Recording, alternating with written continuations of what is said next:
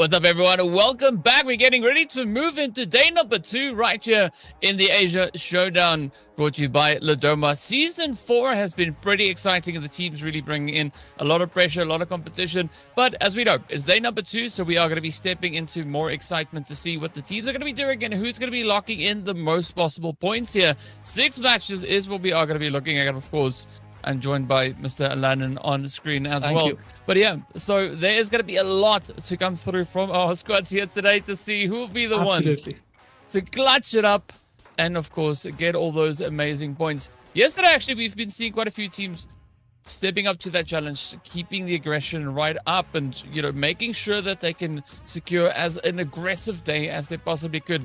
And 2 teams actually walking away as the most aggressive ones, right? Vampire Esports, and then, of course, the players coming through from Glue Squad. Both teams securing themselves 33 eliminations, but there's a slight bit of a difference.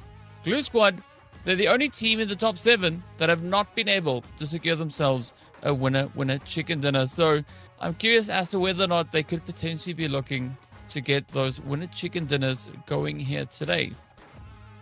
That all depends. That all depends on the first few matches.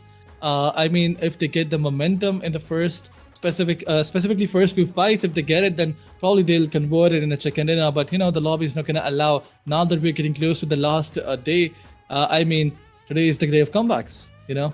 Yeah. The big day of comebacks. So we were talking about it a little bit yesterday. A few of the teams that are situated much further down the standings over on towards that second page.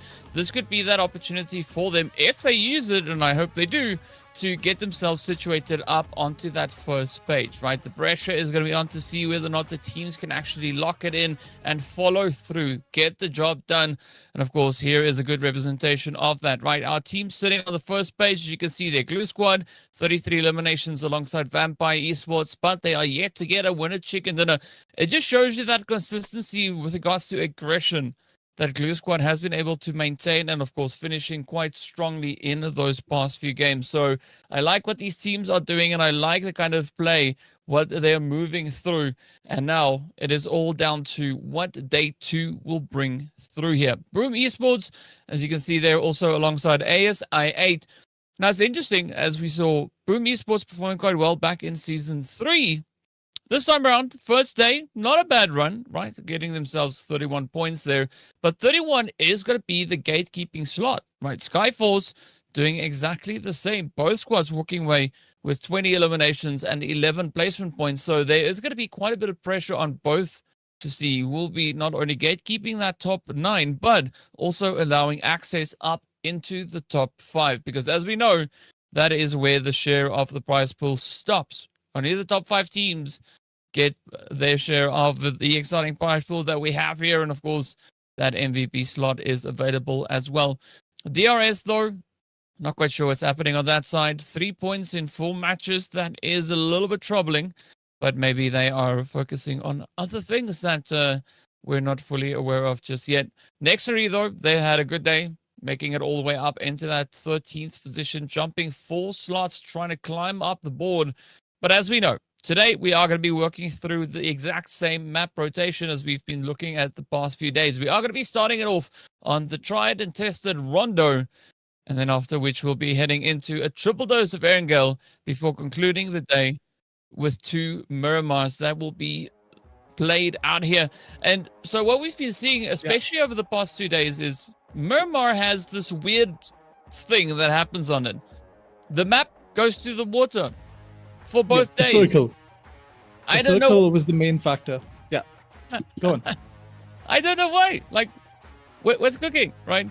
I mean, I made the joke on you know, the previous day saying that, yeah, maybe the zone's just a bit thirsty. Then it happened again yesterday in the Grandfinals on the first day. I was like, okay, cool. This is an interesting thing.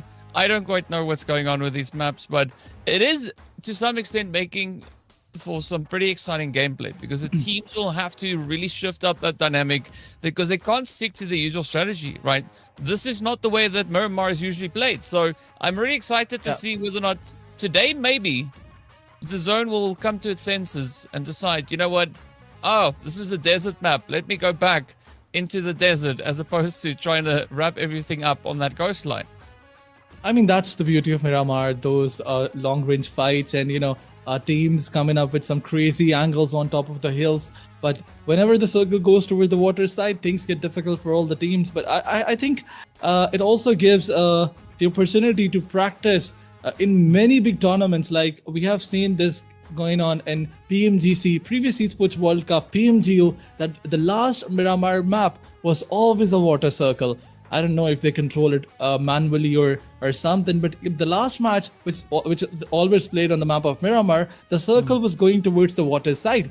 So I think it's given a practice. In Ledoma is Shisho down. Maybe they're also moving the circle manually, and if they are doing it, and if they are giving the time and the practice that team needs on this terrain, I think it's a good news for everyone, because it will be not difficult for them to play when the actual competition will be there. But talking about the competition, it's going to start with the first match, which will be played on the map of Rondo. We have not two, but one flight path here, moving on towards the stadium side. Is there going to be any team who will be fighting or who will be taking a drop clash in stadium? Let's wait and find out. But yeah, we saw some drop clashes yesterday on the map of Rondo too. Yeah, and it's going to be an interesting one to see who's going to be the squad to rise up and run away with that winner chicken dinner. Two different teams in the past few rondos have been able to secure themselves a successful play. But look at what we have going up to Heme Town. We've got 3 teams heading in for a little bit of a hot and heated altercation. Down to Meiran, 2 squads in there as well. We've got 2 teams moving down in towards Factory. Only 1 team dropping on the side of Test Track. So if you ever wondered whether or not the teams were going to look to get a bit aggressive here today, I think we have our answer. It is a definite yes, as they are not wasting any time getting right down to business, looking to see just how they can look to secure those points. And of course, the best way to do it is to get aggressive, right?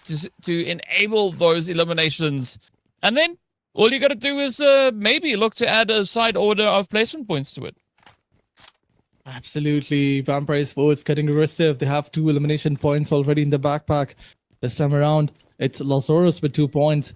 You know, we have seen 1 or 2 players of Vampire Sports stepping up in every other fight. It's either Lazarus or Miola. But look at the kill feed. There's another fight. In fact, 2 more fights going on. It's Next versus ASX side, and C1 was also indulging themselves into a fight. We have a 3-way deadlock here. 3 teams in Heme Town fighting with each other. Vampire going all in, trying to clear all the avenues, trying to clear all the compounds one by one, and they're not finding anyone. But yeah, there is someone so close. It's Wine Donkeys who's on the backside, and then it's Talon Sports on home. They confirm 2 elimination points. It's a 2-way sport situation between Vampire and Talon Sports, but Talon is not gonna push. They're gonna wait, but there's one fight where nobody's gonna wait. That is ASX side versus Nexury. Nexury G is gonna confirm 1 elimination point in Casanova. So ASX is down to the last 2 players. They're gonna revive their players, and Iron is gonna take a fight. It's a close range 1v1, but Iron will be taken down, and now it's a 1v3 situation. But wait a second, Frenzy will pick in the kill feed, and in the meantime, Luck will find ASX side. Seems like Luck is not in the favor of ASX side, and Luck is with Nexury. That's the reason why they have 4 elimination points, and ASX side is done and dusted. That's also why they have a player with that name, right? Just to ensure that wherever they go, Luck is with them. Now, it's going to be Frenzy getting taken on down as Atomic locks it in. Champions getting a squad wipe there as well. So a phenomenal show up coming through here. The team's definitely showing that today they're going to look to light it up. Champions Esports already now all the way up in towards that 5th position. Yes, it's been a little bit of a costly engagement. They have lost 2 of their players along the way. But DRS, this is their time to shine. Let's see whether or not they can get a little bit of something happening over here. They are going toe-to-toe with the players here from Viper KO. Now, if DRS is going to use today as their comeback moment, they're going to have to double down on that aggression. Can't let that knock come through as JD now gets confirmed, and out they go. DRS down to a solo, definitely putting them quite on a heavy back foot. And we've already seen 2 teams getting taken out. Absolutely. Vampire Sports pushing on the last two players and confirming those elimination points. It's Boom versus Nexury Esports, and what a third party by Boom Esports. They didn't allow Nexury Esports to settle down, but here comes another elimination, not just 1, 2, or 3. We're seeing 4th team probably leaving the lobby, and that is DRS this time because Warpix KO, they have decided to push forward, and what a beautiful play by them. Team Ace, because every player managed to get one elimination point. But here comes another fight. It's Vampire versus Wayne Donkeys that we were talking about. There was a three-way deadlock. It was Talon versus Vampire versus Wayne Donkeys. After eliminating one team, Vampire have decided to charge on another. But wait a second, it's BDR versus Viperix KO going on because BDR, they also decided to make a third party. Everywhere, wherever we go, there is a team who is deciding to do a third party, and this time around it's BDR. Yeah, it's good for them. Yesterday they showed quite a bit of that capability, getting super aggressive. Now it's going to be Optimus stepping through with the S12K, doing a little bit of cleanup. Now Vampire KO are, well, potentially going to get KO'd if they are not careful. 4 eliminations is great, but you got to survive. So let's see if they can carry that torch a little bit further. I like what the zone was doing, though. Very centered up zone, so it is going to allow the teams great flexibility as to how they want to look to play out strategies. They don't have to stress too much about rotations, unless, of course, it's the 3 squads that we saw dropping all the way up in towards that northeastern side of the zone. But for now, it is going to be you, Lee, now just being played out. Yulin, a good spot to play through. Usually even, Yulin, when you come in here, it's always exciting to see kind of just, you know, in normal general gameplay also what a contested place this is. So it makes sense to see the more experienced teams finding their way in here as well. Bumblebee, just trying to shake off a little bit of that water, sneaking forward. Talha and Too Good. Yeah, well, they have to be very good if they want to survive here. Whoa. They can't be running into a spray. Absolutely, Warpix KO realized the same thing, but BTR slowly and steadily they're trying to close in. They're giving no room to Warpix KO for survival. The situation is a 2v4, I guess. Yeah, the utilities are going to come in. You got to watch out for those grenades. The position is compromised. Bumblebee coming in with a beautiful grenade. Warpix KO have no room to play, and what a beautiful grenade by Bumblebee. It's gonna take one down. Now a 1v4 left for Tala to do, but Bumblebee will be like, no, I'm not gonna let you live for another second. Once again, you know, all the players of BTR were trying to get that elimination number confirmed, but Bumblebee from the ground floor, he was like, I'm not gonna let anyone get this kill. This is my kill. I have to get it. And that was a beautiful grenade. But on one side, it's Boom Esports M getting 3 elimination points. Some heroic performances are also there from Boom Esports. Yeah, I mean, Bumble was buzzing, so good to see that play. Now, Boom already coming through with 3 eliminations and 3 players. M doing all the hard work right here so far, securing themselves a very good play. But it's always exciting up in Stadium.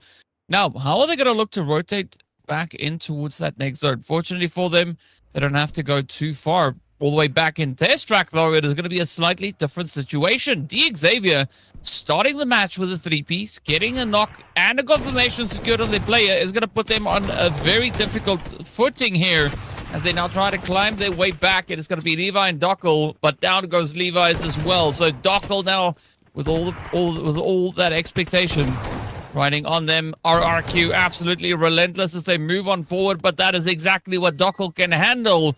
A quick opportunity to get themselves patched up as RRQ looks to restrat and just wrap around. But this could be that same moment. Now, Dockel needs to be very cautious here. Lapar is going to move in as well. And as we know, Lapar, very aggressive, has been one of our MVPs for a while now. But the nade is getting cooked. Ooh, it's dangerous here in the fuel station. Fortunately, that nade is not going to do too much to anyone or anything. At least not for now. But here comes the cleanup crew, and that is it. Xavier.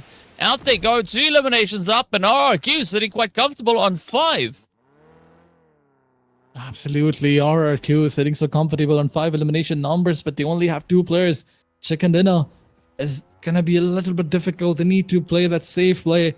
But on another side, it's Halalik Citron trying to rotate. They have BTR so close to them, but are they going to push on BTR? Are they ready for a fight?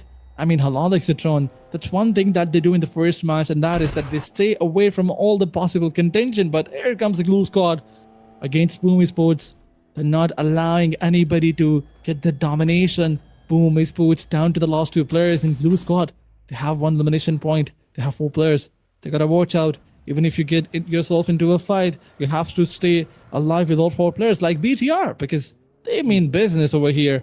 BTR still in the top spot with 49 points. I mean, when the day started, it was Semnan who was on the first spot, but now BTR, after this crazy fight where they got 4 eliminations without losing a single player, they're looking more comfortable than ever. Now they're trying to rotate 2 players in a 2v2 split. So that's a good thing about rotation, that all the players are close by and you're rotating in a split of 2-2. So whenever you get an information on someone that there's a team who's trying to gatekeep, the other 2 players, they can definitely wrap around and have a good spot. But the zone is still not here. You gotta move forward. The zone is going far away. BTR is trying to chase down. Well, let's see whether or not they can get themselves into a good position. I was thinking about what you were saying about the winner chicken dinner, right? If Boom was going to try and get their hands on that victory, they might not get the winner chicken dinner, but they maybe walk away with a drumstick or a wing or something, right? They might have a little bit of something coming. I don't know. We'll find out once we get into those later few stages.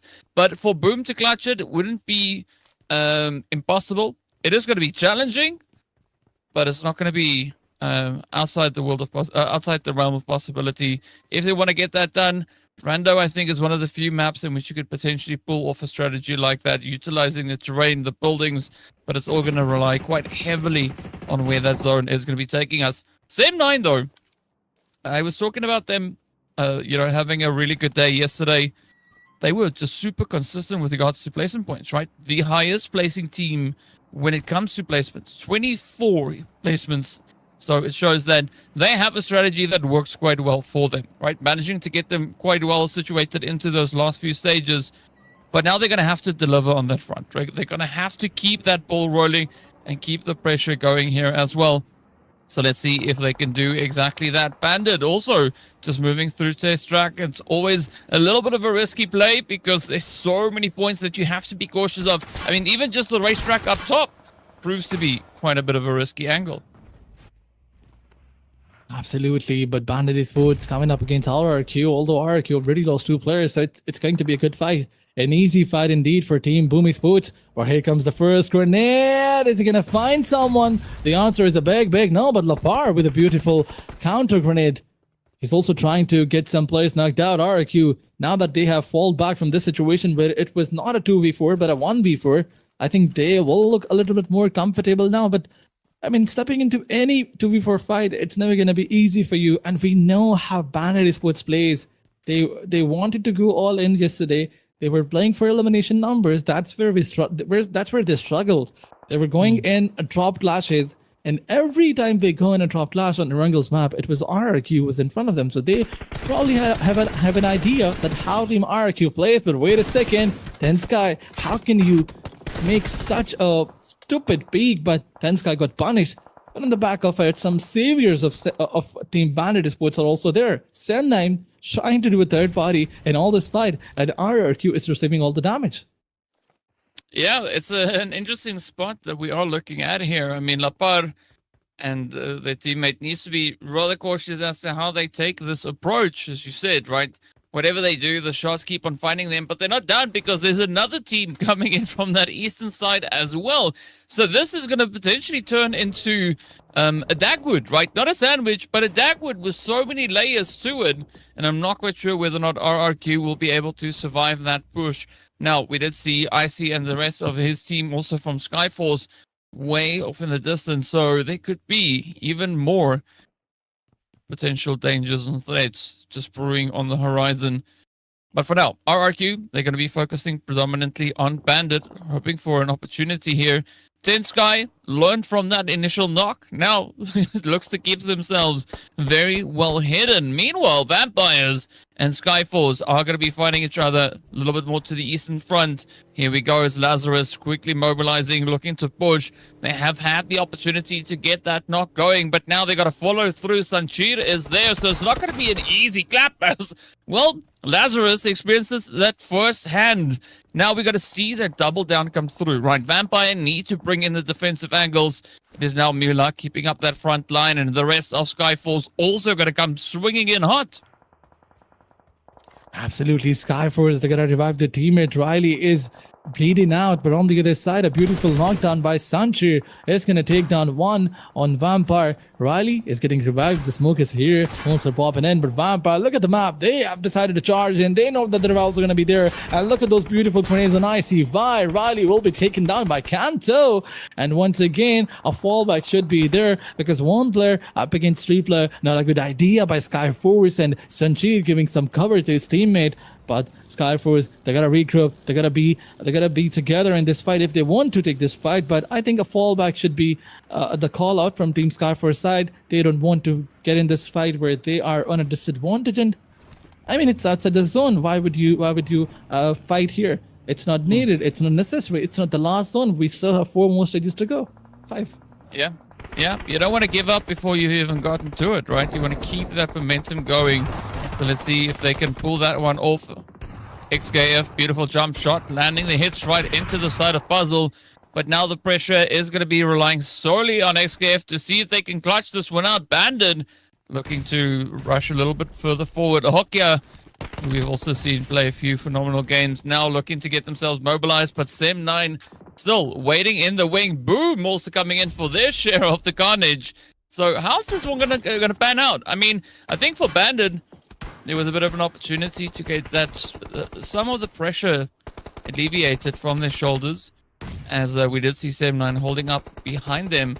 RRQ now, they are going to be using this opportunity to kind of just try and play a little bit of that vulture game, right? Waiting for the rest of the teams to do what they need to so they can come in and try and secure a few additional eliminations, maybe steal those points away. I mean, whatever strategy works for them, good to go. But whatever they do, they have to lock in. Absolutely, but Wayne Donkeys, look at them in the kill feed. They're trying to take down the players of BTR one by one. I mean, 4 eliminations to the name. BTR is looking more promising than ever. But are they going to continue their domination? Or is it going to be Wayne Donkeys who will shut you down? Bandit still in that fight. 2 eliminations to the name. But look at Optimus once again coming hot in on Wayne Donkeys, taking down Potato. Crazy Block is going to find Gearsler. It's not looking good for Wayne Donkeys. They have been surrounded. The last man standing. In fact, the last 2 players, it's Zeta and Razek. They're trying to deploy the hard cover. And it's not gonna work out. But wait a second, Crazy Block, who was knocked and finished. Optimus with a beautiful grenade. It's a 1v2 situation. In fact, it's a 1v1. Wine Donkeys, the survival depends on Zeta. And here on BTR, the survival is on the shoulders of Optimus. But here comes another beautiful grenade by the third party from either side. It's not looking good. It's Wine Donkeys, they're losing their players to the zone. But BTR, there's going to be another third party. Yeah, Sem9 now figuring that, they might as well go onto that back end. As you can see, Haikyuu and the rest now starting to mobilize up. They come, spotting out a bit of an angle up to that northern side.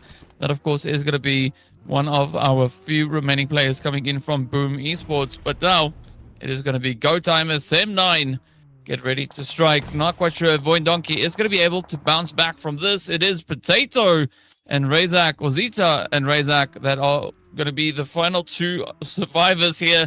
Optimus, this is a good play because now they get the opportunity to reset, right? It alleviates a little bit of that pressure, takes the focus off them, and they can look to maybe capitalize on a few of these angles. So Yumiko and the rest of the Sem9 squad now trying to take a little bit more of a divided approach here. They've got 3 players right here on the edge.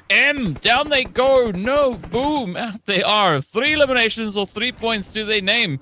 Not too bad of a finish. Not a bad start to the day. Now Sem9 coming in for cleanup. It's going to be Tryout and Haikyuu. Up they come. That hard cover definitely going to be advantageous for them to utilize as they now turn their focus towards Optimus. Not before taking down Voin Donkey. So the eliminations starting to stack up. Sem9 looking like they now are absolutely focused, but Optimus using this opportunity, this moment of silence, to get themselves a little bit closer to that zone. Absolutely, Sem9, what a brilliant third party. They have 6 elimination points, and I mean, every time when it was a third party from Sem9, they were making it so confidently, and they never lost a single player in any third party. We were talking about this yesterday as well, that whenever there's a third party, it's always Sem9. It's always Sem9 who finds their ways they look for the teams who are fighting with each other. They never look for some players or some squads who are alone. That's the reason why they're on top once again. As BTR, now that they have the last man standing, it's a chance for Sem9 to double down the points and maybe increase the lead that they have from BTR. Sem9 Satria trying to spot the players in a long range spray. But yes, he will connect some bullets. He's not gonna be able to take down the player. VP Zeta. In fact, VP Xerox. Is that Xerox? I don't know. Whoever the player is, he is definitely thinking about something else. His focus is not quite there. He's not trying to survive. It's Zane or Zene. But why would you push towards the spray? I mean, he needs to answer me. Why would you do this? That was a mistake. With Sem9, the other players are getting closed in. A beautiful grenade by Yumeko. It's gonna leave Vampire to the last man standing. And now a beautiful rush is also coming in. Kanto is the last man standing. Look at Team Sem9. They're just going all in. And one more elimination point to the tally. Look at them. 9 elimination points already. I mean, they're doing good, right? They are doing good. Their name is Sem9. They have 9 elims. What more do they need? They are playing a pretty good play here so far. But up, the pressure is going to be on again, right? Sem9, not quite out of the woods. Yes, they have a whole tray full of eliminations to work with here. But how are they going to look to play from that far western side of the zone? The rest of the lobby all situated down in towards the southeastern side, as the zone is going to pop in the next 10 seconds or so. Glue still going to try and stick it out here. XKF, good position, good setup. RRQ also still pretty relentless. Halal Axotron also now trying to make a bit of a dash as they come flying forward. The zone is going to be blessing the players from Bandon as they are now right in the middle. And this is now a sticky situation because how are you going to go through this, right? Halal Axotron having the entire lobby focus their scopes towards them as they've been spotted out.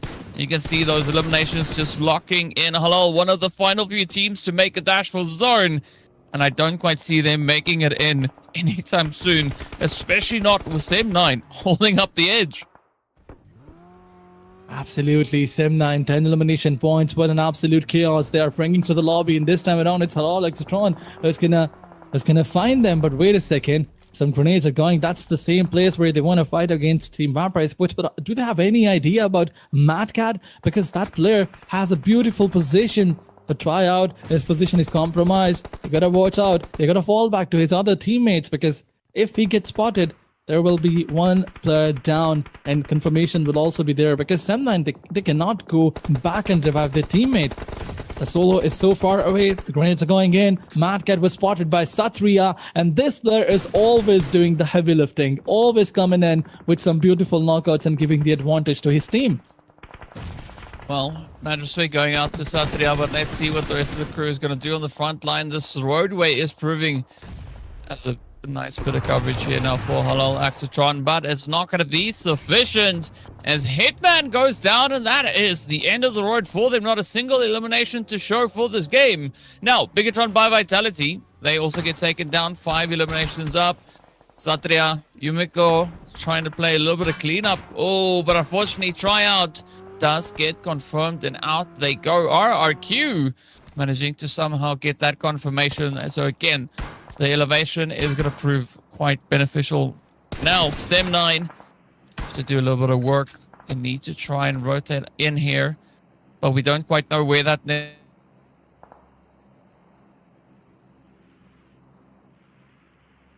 actually quieting down the play here, right? They've become a little bit more quiet. Not going to be looking to make too much noise. The same can be said there for the players from Skyfalls. Both squads, of course, rocking 3 players each. It's only Glue and RRQ that has 2 or less players remaining. So curious how RRQ is going to look to kind of play through this potential city finish that we have brewing. But now, Sem9, they're going to have to come up with that strategy, and it's going to be a tough one because, Aladdin, as we can see, a lot of these compounds already occupied. Absolutely, but Sem9 Satria, he's on that high angle. He's covering every position, trying to take down every player who makes a mistake. And Sem9, I mean, they deserve all the appreciation. And Satria, he is just He's just making things easy for his team. That's what he's trying to do. But a revival is going to be there. He's unlucky. Satria is unlucky. Definitely, he will take down the player. But the cover was there. Sanjay also finding himself stuck. And Satria has an angle on him. Smokes are being popped off. He's trying to fall back. But if he gets taken down, confirmation will be there. He's on the rooftop where there's no cover. I mean, there are no walls to take cover. So that's not a good idea. But Team Skyforce, they gotta move inside the zone. Sanjay getting some damage from the zone. Right in front of them, there is Team Glue Squad. We're waiting for them. Once you peek, Glue Squad can make sure that they confirm elimination points. But maybe KF will not do it because he knows that he is the last one standing. Staying alive and getting those placement points is more important than getting some elimination numbers. But Bandit is on one side, Skyforce on another. Clue is in a sticky situation. I mean, KF, even if he tries to stay alive and tries to stay away from all the fight, he will still be found by someone because the position is not that good. Yeah, it is quite a challenging angle. So far, it is working out for them, but we do see Skyfall starting to move up, so that timer is ticking. It could start to run out very, very soon. Meanwhile, Sem9 also a little bit hesitant. They know that they are not super comfortable, or it's not going to be too easy for them to get a great push into this next phase. But Bandit looking to get themselves a little bit more mobilized. They only have 2 eliminations up. They are going to be looking to secure even more. The opportunity could be right at their fingertips. And I think for Bandit, this could be a good way to start off the day. Of course, they started up this match with 13 points. That is what they had to show on the overall standing so far. 2 eliminations up, yes, but they also have the addition of placement going their way. And if they want to finish strong here, they're going to have to play a phenomenal stretch coming through to the very end of this day. Ooh, here we go, though.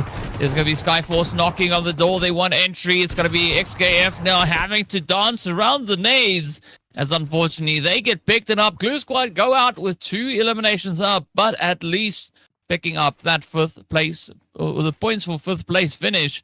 Now, Skyforce, this could be them looking to kick it into high gear. Them9 just on the side, but already this angle is there. Satria coming through with the amazing awareness. Icy is down, and now it's riding on Godless and Sanchir to see if they can clutch this one out.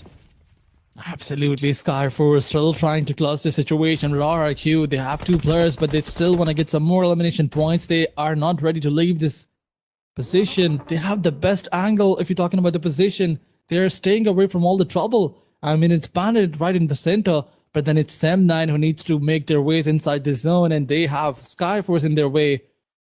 Once again, 9D on a better position. The elevation is there. He probably has an idea that where the players are, but I mean, whenever they try to move forward, jump from here, they will be spotted by 3 teams at the same time. It's not looking good for Team Sem9.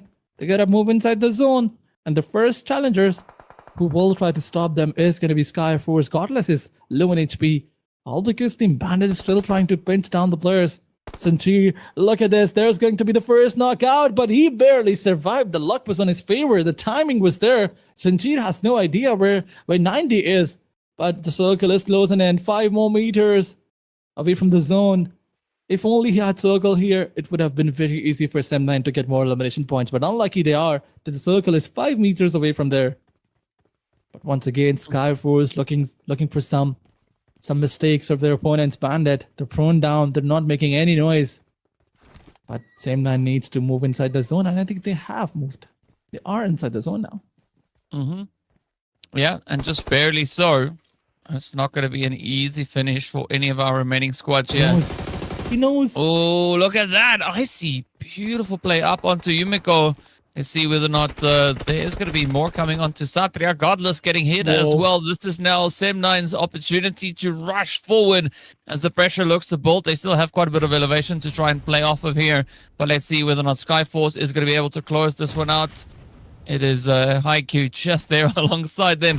But Sem9, right now, they know they have to rush because the zone has shifted. There's no other way really through it. And it is stage number 9. So no more zones, only blue closure. We've got 2.5 minutes left until this game is done. Now, Suncheer and the rest of Skyforce, they're going to have to come up with a genius strategy if they want to win this one. But RRQ is going to pose a bit of a threat here as they're holding up at the front line. They've had enough time to get themselves prepped and ready for whatever is coming. But Lapar didn't see that nade through. Suncheer lets it loose. Beautiful opener. Now, RRQ down to a solo. Will they be able to hold on? Because Skyforce is coming in with full force. Absolutely, Suncheer coming in with those beautiful grenades. None of them is going to connect, but Team RRQ, it's the last man standing who needs to stay alive. But I see Vi from one side is getting damage of the grenades, and on another it's the zone. But wait a second, Skyforce trying to move in. Fist is going to spot 2 players. He's going to take both of the players down, and it's a 1v3. What a play by RRQ. Fisty. Oh my god, Team Skyforce, they cannot digest it. It was just one-man show by RRQ Fisty, and once again, he's ready to push the players on the players of Sem9, and they have no clue where RRQ's player is, and another elimination point in the backpack. This guy is on a menace. Oh, but all things have to come to an end, and there we have it. Haiku coming in clutch, finding that final spray down. This is the opportunity now for Sem9 to get the first winner chicken dinner right here, but the nade from Bandits coming in clutch. Beautiful reach, beautiful angle, and of course Haiku did not see that coming at all. So what a way to wrap up game number first. I mean, Bandit, they knew they had to step it up. They knew coming into today, they're going to have to bring the aggression, and they brought it by the truckload, right? They didn't even go for a bucket. They just took the whole truck. Absolutely. Beautiful execution, beautiful play by Bandit. They were just trying to stay alive, staying away from all the troubles. At one time, they were trying to be aggressive on Vampire, and then when one of the players was knocked out, they were like, no, we need to hold on. If we keep on doing this, we cannot replicate our previous stage performance. I mean, yesterday was a bad day for them. Today, getting chicken in the first match, it's going to give them a lot of momentum, a lot of confidence. But talking about the MVP, it's going to be none other than with 8 elimination, 1,219 points, 19 damage. Now I know how we can pronounce his name. It's not O or a couple of votes. It's O or something like this. Yeah. Sing it. Don't say it, sing it. That's the best sing way. It. But yeah, phenomenal showing coming through here from RRQ. Wow, 1219. That is a whole lot of damage. So yeah, RRQ, they definitely were packing quite a bit of that heat. But here we have it. It is going to be Sem9 walking away with a glorious 21 points, even though they didn't get that winner chicken dinner.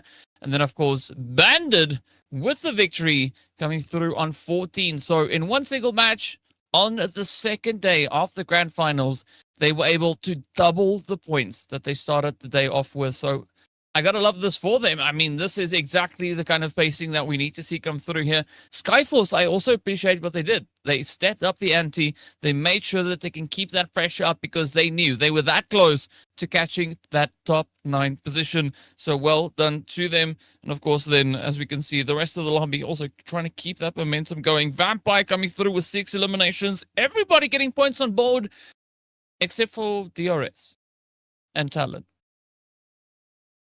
That is unfortunate, quite unfortunate for Talon Esports, and more unfortunate for DRS because look at them on the points table. They are not on a comfortable spot. This is the grand finals that we're talking about in our career. Bandit Esports, they're going all in hot, and you know, in grand finals, you don't try to get 7 or 8 points. You go for those aggressive numbers, 12, 15, 20, because it's all about the top 3 spots. It's all about the prize pool, the royalty that you can have if you get good amount of elimination points and a check and dinner. But moving onwards, it's Sem9 with 71 points, and what a beautiful lead by them. Although Vampire is going to breach in top 3, RRQ Rio with 7 points jump, and now they're on the 5th. That is brilliant. That is humongous.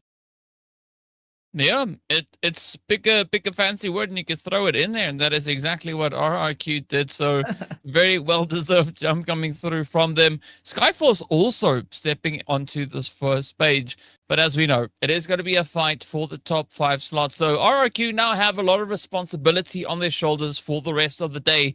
They will need to keep that consistency going because there's still a big opportunity for essentially any team situated on the second page to make a run for that, seeing that there's not a big disparity between the points. So there's several opportunities for the upsets here to be had.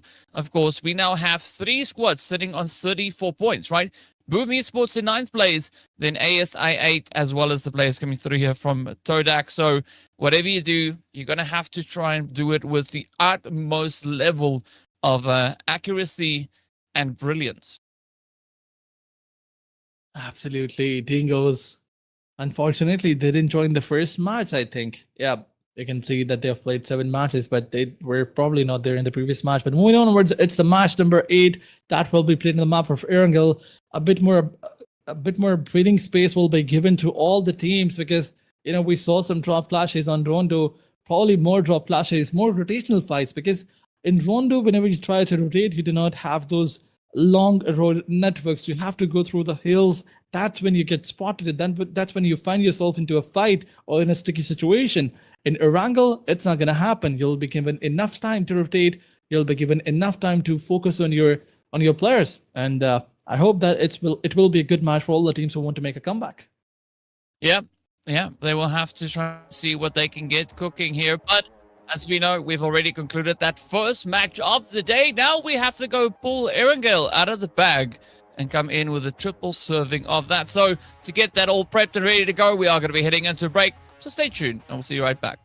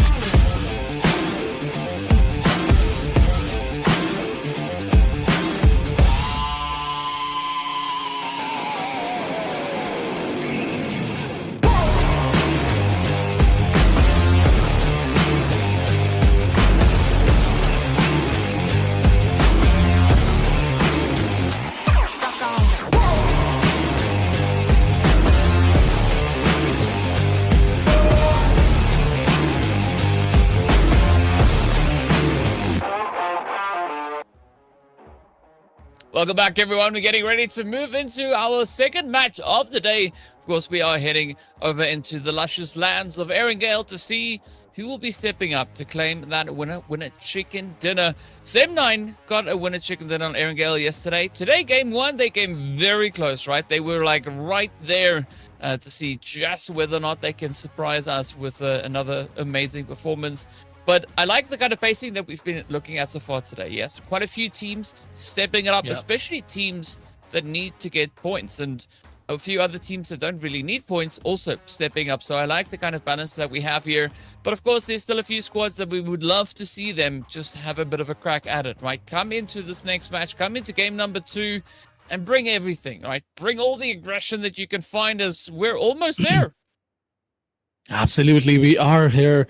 And the next match is going to be, it's going to kick in a few seconds. In fact, it's right here in front of us. The flight path's going to start from all the way from Gatka's side, ends toward Kamishki. Teams are getting the dispersion on the map, and there will be some early on fights. Talking about the drop class, it's going to be going still between Bandit and RRQ. Where is RRQ? Are they going for the drop clash? I think not today. They are changing their drop, but there is some other team in the Pubg side. Is this Bandit versus some other team going in?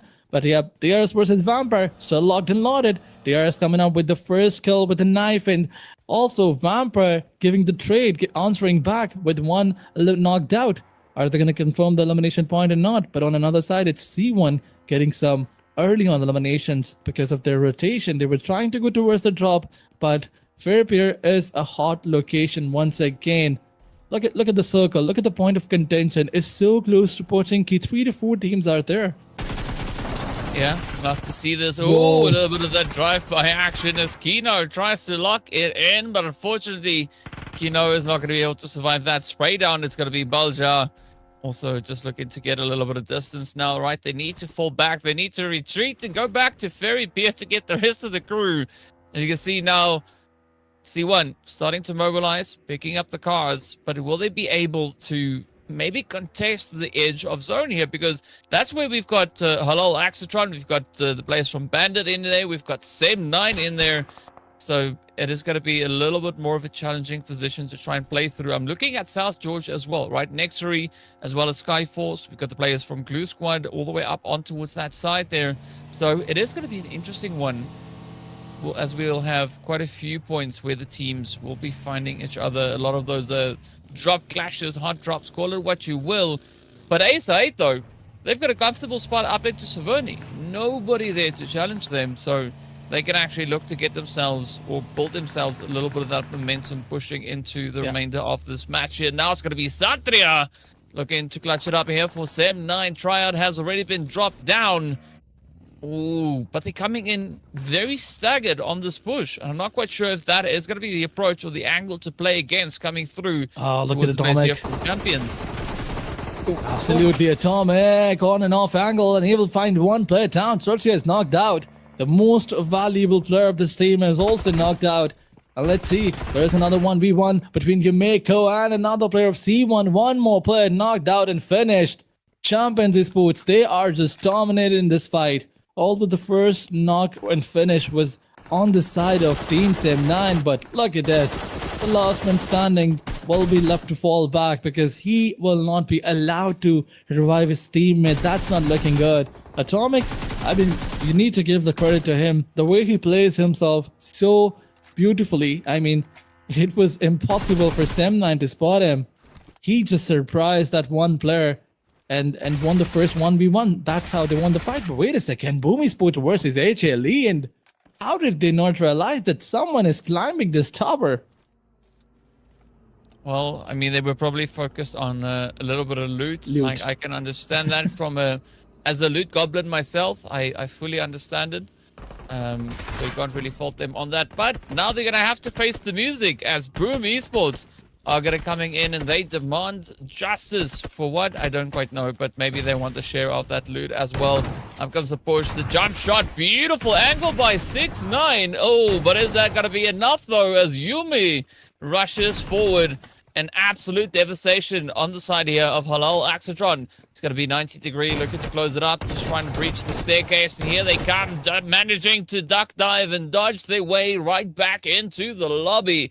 Banded, they've heard the shots. Are they going to come forward to play a bit of that third party? Now, it seems like an obvious yes, as, well, Bandit are here, and they are ready to climb the overall standings. Absolutely, Bandit are still trying to get their hands on the revival side, but wait a second, confirmation going in by Pumi Sports. Yummy Yohan once again confirming one more elimination points to the tally. And this time it's a full-on commitment. Players are coming in flying, and look at Okia. He's like, okay, you're gonna take one of my player down, but I have a better position. I'm gonna surprise you. Ta-da! One knockout. Okay, confirming the elimination point too. Now it's a 2v1 or probably a 2v2 fight on both the sides. It's 2 players of Booming Sports, 2 players of a Team Bandit. Puzzle is puzzled, but the revival is coming in. Bombit is trying to push forward. You gotta watch out. Puzzle is gonna surprise you. The shotgun in his hand is gonna move forward, but he missed the first shot. That's a mistake. That's a blunder right there. And what a connection by Bombit. That is right on the target, right in the head. But once again, another player is coming in. He will try to shift his gun, but in the meantime, he'll be taken down by Hokia. 2 players down, and both will be getting eliminated. And look at BTR. On the back of it, they're coming for a third party. Booming Sports is on the last player standing, and Bonbit, in fact, BTR is coming right there, right hot in, and Bumblebee with his beautiful grenades will take down another player of Bandit. It's not looking good for Bandit either. Sky had no clue, but Bumblebee will miss some shot, and Sky right from the face of Bumblebee. What is this guy doing? He is trying to play the best game of dodge that he's played in a while, and unfortunately, Bumblebee just has that eagle eye, gets the spray done and dusted, and down they go. Up to 15 teams remain into this game.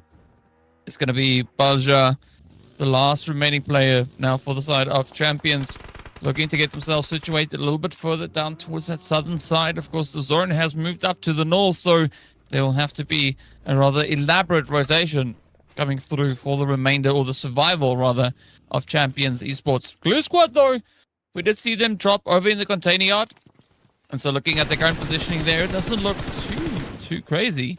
Of course, nobody really looking to contest him just yet, but it's going to be DRS now looking to step it up, as it is going to be Vampires coming through with a few demands. We are just on that lovely edge side. Of course, DRS went all the way into Primorskin. It seems like that was a good position because they've got 6 eliminations, right? They just absolutely the amount of points that they had coming into this match. They had 3, now they've got 9. Absolutely. Previously, Team DRS, they were losing their players in a drop clash, and now that they have avoided it, look at the elimination numbers that DRS is getting, tripling down or doubling down their total points. But I mean, it's not enough. It's already too late. They need some 20 elimination number gameplays, not just 1 but 2 matches if they want to be in top 3. Because look at the points difference from 1st to 18th. 70 points, probably 65 points different, and that is huge. But Yummy still trying to find some players. BTR Optimus is here. I think it's the last man standing. In fact, there are 3 more players. The whole squad is there. The other 3 are not in the angle. But yeah, Skyforce not focused in any of those rotational fights. Their entire focus is to go towards the zone, find a better position. I mean, it's not a bad strategy to use here. We also then see the players there from Sem9 getting taken on down. But yeah, it is going to be Skyforce looking to lock in rather that next angle here. If DRS, if they want to reign supreme come end of day, they're going to have to win every single match or finish exceptionally well in each of these games. If they do that, if they play with that level of consistency, a different kind of consistency compared to what we've been seeing from them yesterday, they could definitely find themselves in quite a glorious position. But it's all going to rely on how it plays out for them. Now, Talon, they're going to be looking to see if they can find something themselves. Currently sat all the way in that 10th position. Boom, Esports going out with 5 elims to their name. Is that going to be enough, right? They just caught up with Skyforce. But Skyforce, well, they've not been doing anything so far just yet, right? No points secured. So we could still see quite a bit of a change coming through on that front. But it is going to be the fight for the top 5, right? I think at least at the end of the day, you want to be really close to the top 5 or well within the top 5 if you want to ensure a slightly easier day come tomorrow. I mean, eliminating Sim9 in the very second match, that's the beautiful thing to do. They're not allowed to have so much lead. BTR is trying to close down. Vampire Sports, yes, they got eliminated. That's an opportunity for Glue Squad to close up, to come close to the second or third spot. But talking about C1 survival, yes, the last man standing of Team C1 will not get many points. Then we have Turca Gaming eliminated RQ and Skyforce. That's an opportunity for them to climb up. So even now, we don't have any idea that who's going to be in the top 3 when the day ends. And meanwhile, we cannot say anything about who's going to be the champion, because looking at the points table, there are 7 to 8 teams who can be the champion. The potential champions are 7 to 8 teams. I mean, even if ASXI decide to step up now, if they try to get a chicken dinner here, they can place themselves into top 5, and then moving onwards, and in the next few matches, they can be in the top 3. Once they're in the top 3, tomorrow it will be easy for them to go towards the first spot. What was who doing? Did you see that? Yeah, he was just going up and down. Yeah, was he warming up? Were they using that as a bit of a practice? Maybe. I mean, I want to see that again, but have a player on the other side, right? An opponent over there. He's practicing to dodge bullets. If someone tries to hit his head, he's like, I'm gonna go up and down so you cannot connect the bullet on my head. And you know, I feel like there was some music going on in his head. Like, honey in the morning, honey in the morning. I'm sure that's exactly what it is, because the only thing that makes enough sense to me, right? I mean, great to see that mobility getting used there and just, showcasing the talent. Love it. Now use that, right? Put it up against the player. Go find someone somewhere, and use all the wiggle, the jiggle, the dipping, and the dodging that you just showcased. And give us some action. In the meanwhile, we are looking at the rotations now starting to come through. Voin Donkey finds themselves in a bit of an opportunity. Hey, I was talking about who and who did it, right? Coming through with the hit up at the feet. Does crack one of the jars open there. It is going to be, I think it was Viper KO that got met with that spray there from the side of ASI8. But now Voin Donkey cautiously looking over to the mountains. They've spotted the movement. It is, of course, the players from Skyforce that are also trying to rotate up. Ooh, but we've got some contenders looking to step up to the challenge. It is going to be Talon Esports coming in on that southern side, just making their way over the bridge. A call out in the open. Not the best position to play through, especially not with the Voin Donkey peeking over the hill. Absolutely, Voin Donkey is getting their first elimination point, but Potato is going to regroup with his teammates. They have the vehicles, they have the placement, they have everything intact. Voin Donkey is looking for an opening to get their ways on the top spots. They are on 14th spot. If they get a chicken dinner, let's just have an assumption. If they get 20 points in this match, a 50 point is going to place them in top 6, which is good, really good. So, I mean, they need to focus right here. I was talking about ASX side. Even if Voin Donkeys get a chicken dinner, even if Viper Scale gets a chicken dinner, they're on 16th spot. Imagine them getting 20 points. Yeah, it's completely top doable. 7. It is doable. Yeah. But so, the big question is, do they want it? Do they want it bad enough, right? I mean, because we know all these teams here are super capable of getting the victory, getting themselves up to the top position. It's just up to who's going to be the one that wants it the most, right? Who's the team that locks in the strategies and plays like absolute monsters, right? Like the legends they are. So I want to see who's going to be the one to rise up. I mean, Glue Squad has done it, Vampires has done it, BTR has done it, Sem9, RRQ, Talon, Skyforce. Pick a name. Any of those 18 names on the side has been able to do it. So let's see who's going to be the one here for today. Glue Squad, though, out they go, 11th place, 4 eliminations. So unfortunately, no placement points coming their way. The same can be said there for Champions Esports, also walking away with a squad wide. BTR essentially the only team now that can make a very comfortable run for the top of the leaderboard. come game number 2's end. But I'm going to be looking at the rest of the teams, right? RRQ, Talon, Skyforce. They have a bit of an opportunity. You can add ASI8 and Nextory into that mix as well. So I want to see them shake up the table. I mean, that another question for Team Nextory Esports is, do they want it bad enough? But talking about Team BTR and Team Nextory, that's a fight right there. And BTR, they're so close to Nex Esports. This position that BTR is holding right now, that's not a good position. I mean, that's where you try to slam in the last zones, and before that, if you try to do that, you will lose your vehicles. BTR cannot leave these compounds because the collateral damage is going to make sure that they don't have a single vehicle intact. So that's not a good position. Nextory Esports, they're going for the wraparound. They have some good angles locked in. Look at the position of Lock. That is a good position right there. And PTR, if they try to fall back, Nextory Esports can definitely get some elimination points on them. But only if they try to move forward. The compounds that they have right now, I mean, that's a good place, but you cannot try and make the angles here on BTR. You need to go and wrap around on that hill. But wait a second, Razy blocked with a beautiful knockdown on Apex. Now the situation is turning in the favor of BTR.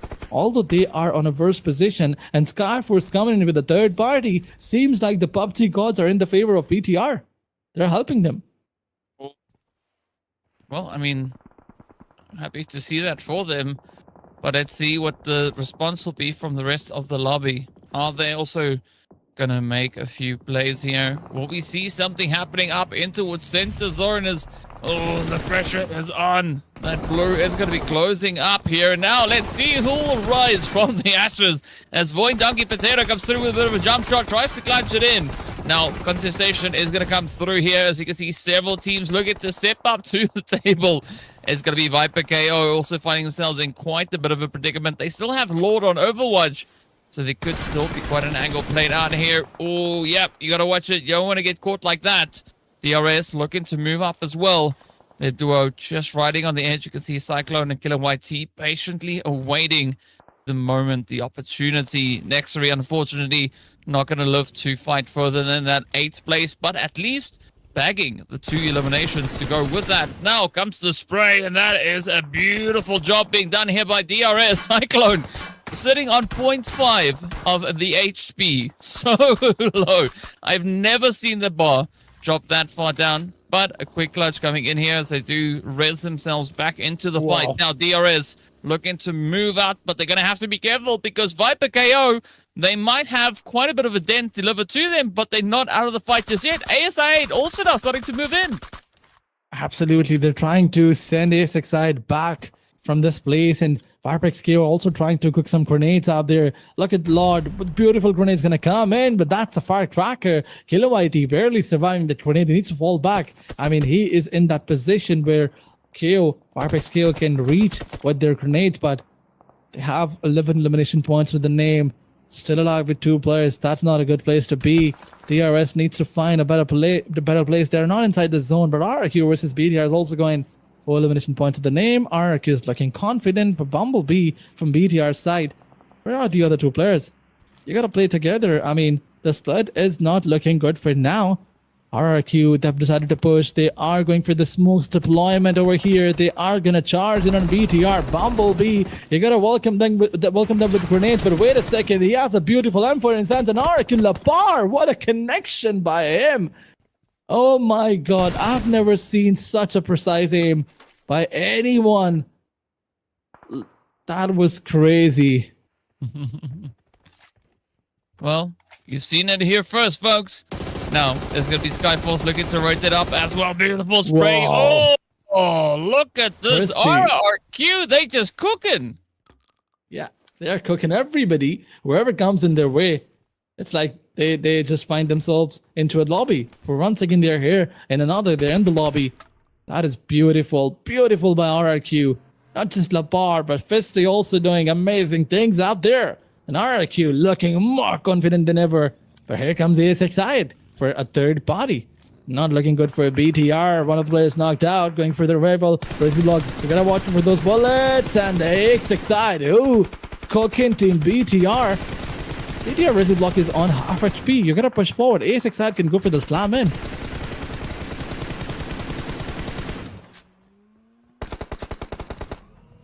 Request that you please don't mention this team's name, right? Don't talk about them because you doing things, right? You're making some stuff happen over here apparently. DRS though, Yeah, they've been doing okay. a phenomenal job. 11 eliminations to their name. Cyclone kicking up a storm again. Love to see that. So let's see whether or not DRS rather, can follow through and go full out. It's going to be RRQ just up ahead of them, also doing a phenomenal job.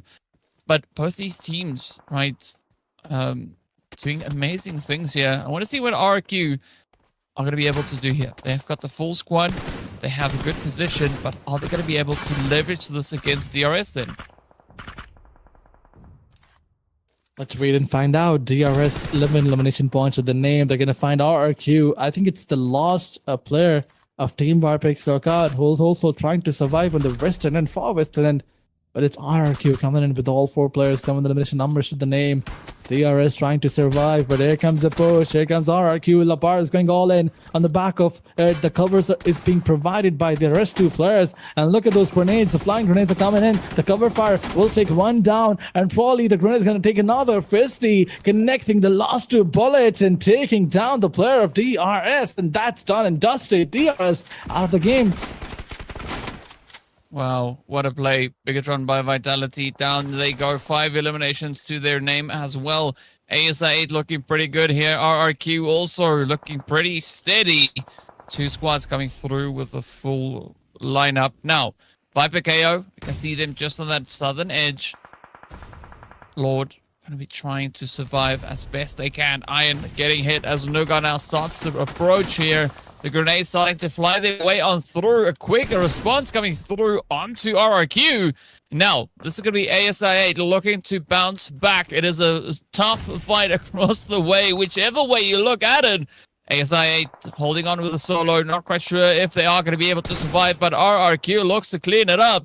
Now, the angles are being held. Casanova is going to be the last one to try and carry the torch here for ASI8. And this turns the whole situation on its head. Yes, RRQ has the numbers advantage, but they can still lose this fight against ASI8 and Viper KO. So it's all going to come down right to the wire to see who has that winner chicken dinner in their hands. RRQ, though, phenomenal job. 11 eliminations going their way as well. So they are definitely looking to get as aggressive as they can.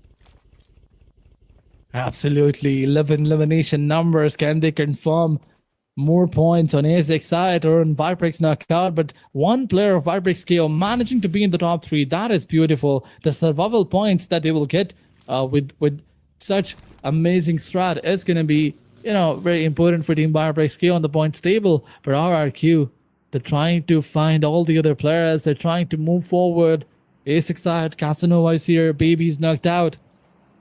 Is RRQ gonna try and push forward, try and eliminate the last man standing of ASX side? Yep, the position is revealed. From one side, it's one player, and from another, it's Lapar. Connecting the last few bullets, but wait a second, Varpex KO there, not still out of the game. He took one player down, eliminated him. The position is revealed, but now it's a 1v2 and it's doable. Yeah, it definitely is, but great awareness coming through here from RRQ. A good read on the situation. Let's see whether or not KO can make it into the last stretch. Lord now going toe-to-toe here with Lapar. Lapar cooking the nade, letting it loose, sending it out. And see if Lord can find the approach. Oh, just trying to dodge all the utilities getting thrown at them. Up comes the molly. This could be the end, at least for Viper, and it is, as RRQ locks it in. Lapar coming in clutch there with that DBS to wrap up the fight. Yeah. Just an absolute barrage of chaos, carnage, and mayhem descending down upon the final 3 teams here. But a glorious run coming through from RRQ. I mean, again, they just showing that they know what they need to do. Stepping up, grabbing their first winner chicken dinner right here in the grand finals. And what a beautiful one it was. Absolutely. RRQ, they knew that they're on the fifth spot. Previously, before the previous match, they were probably on the 12th spot. And now that they have jumped right on the first or probably on the second, that is beautiful by RRQ. Only overall standing is going to tell us where RRQ is right now. But, the second dinner is going to place them into the top three. What a beautiful comeback storyline by this team. But moving onwards, it's a chicken dinner by RRQ, but still, DRS Cyclone is going to be the MVP because look at those amazing stats. Yeah. I mean, this is DRS just showing, you know what? We might have started the day off with only 3 points to our name, but hey, we are going to try and give it everything that we can. So a phenomenal performance coming through here from Cyclone. 781 damage secured. Absolutely great showing. But now we got to take a look and see what those match rankings look like, where the teams find themselves, and who was able to do enough to advance with regards to the overall standings. But I like this for DRS. This could mean quite a few positions that they might have unlocked here. Not quite sure if if they've been able to catch D Xavier, but they're definitely closing that gap. They are closing the gap, but I think Sem9 versus BTR and Sem9 versus RRQ. That's the thing that I want to see. That's the contention I want to see. Is it going to be RRQ who'll get the first spot, or is it going to be Sem9 who is still going to be there with the lead? And how much points difference, how many points difference is going to be there? Also, it's an eye-opening match for BTR. They got to work on their placements and side by side. They got to work on the elimination. There we have it. I said it for the first time in the day. Woo! But moving onwards, it's DRS with 14 points, 11 eliminations, and RRQ with 24. That is brilliant. That is great.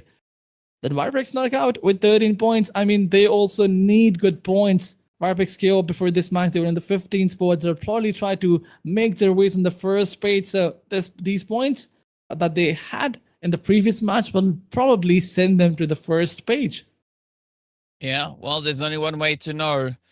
Unfortunately, you don't necessarily always trust cast the math because there's a reason we're not mathematicians and we are here just commenting on the amazing gameplay. But we'll be taking a look at that very soon. Vampires, though, and Todak, no points going their way. Actually, we've not really seen much of Todak coming through so far here today.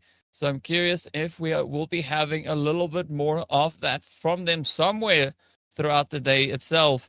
But yeah, Vampire, I don't think they are going to be too concerned about having a game like this, right? They were already in third place coming into this game. So I'm curious as to where they'll find themselves after this matches. Well, the rest of the lobby just trying to double down on the aggression. Sem9 also only picking up that 1 point. So that does open up the opportunity for teams like Bigatron by Vitality to play a serious game of catch-up. But I think we are going to be looking at a little bit more of a shift coming through for the remaining teams situated a little bit further down on those standings, just outside of the top 5. But yep, we're going to have to wait to see it to have it be official. Absolutely, but Vampire Sports, the pressure is going to be there. They were in the third spot. This match was their worst match because they managed to get 0 points. They got nothing in the previous one. But moving onwards, the overall standing is going to be there. BTR is still on the second, Sem9 on the first. But look at RRQ and look at the points difference. Not a big difference out there. One good match and the table will be turned completely. Vampire on the fourth spot now. Clue sent back on the fifth. But Champions Esports joining the 6th spot and ASX side on the 8th spot. A lot of changes on the points table, but the happiest team is going to be RRQ. When the day started, they were in the 12th spot and now they are on the 3rd spot. Yeah, up is up is up. 3 jump. Beautiful. ASI8 also now stepping into the top 9 here as they moved up 2 positions all the way into that 8th position. Of course, they find themselves right there next to the players coming through from the side of Todak. So I'm curious as to what's happening with Todak, right? The first 2 matches, we didn't really see all too much on their end. So hopefully we can see a little bit more as we move into the remainder of the day. But Viper KO, glorious 6th position move. And we can see there all the way up into the top 10 they go. But still a little bit of a way to continue with that momentum. As we know, the teams, they need the points. And now DRS, yeah, only 7 points away from catching the players from D Xavier. I mean, yes, they are getting points at least. Yesterday they had only 3 points, and now they've managed to get good numbers. Previous two matches were good matches, but they need a chicken dinner.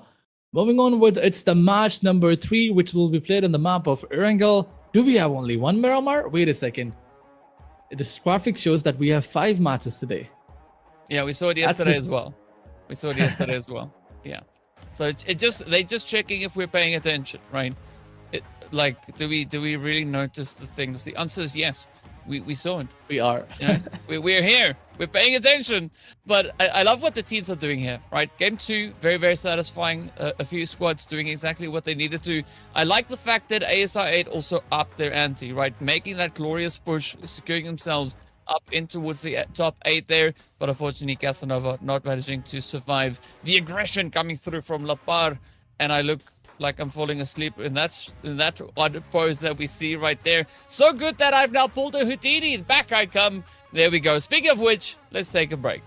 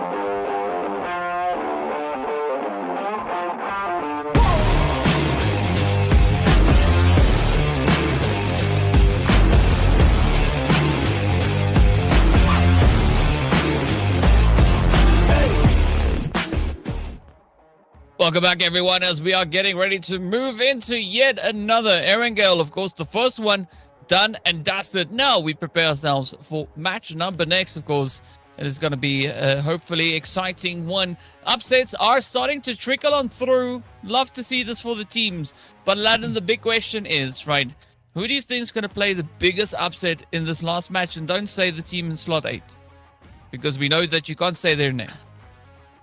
Okay. Well, I think it's gonna be Glue Squad because we saw them dominating in the first few days of the tournament. In the league stage, they were getting elimination points, they were getting chicken dinners, and when they moved into grand finals, when they qualified there, now that we're seeing that they are struggling, their first two matches were not good enough. So probably a chicken dinner is going to come in from their side as we're going towards our third match, which will be played on the map of Erangel. The flight path is going to go from Zarki to Milta Power. The circle, I'm expecting a military circle, but probably it will be a Yasnaya shooting range side, a northern side circle. But let's see, let's wait and find out. There's one thing that will stay the same even if circle tries to go towards some weird sides. There's one thing that will stay the same, and that is the drop clashes. Yeah.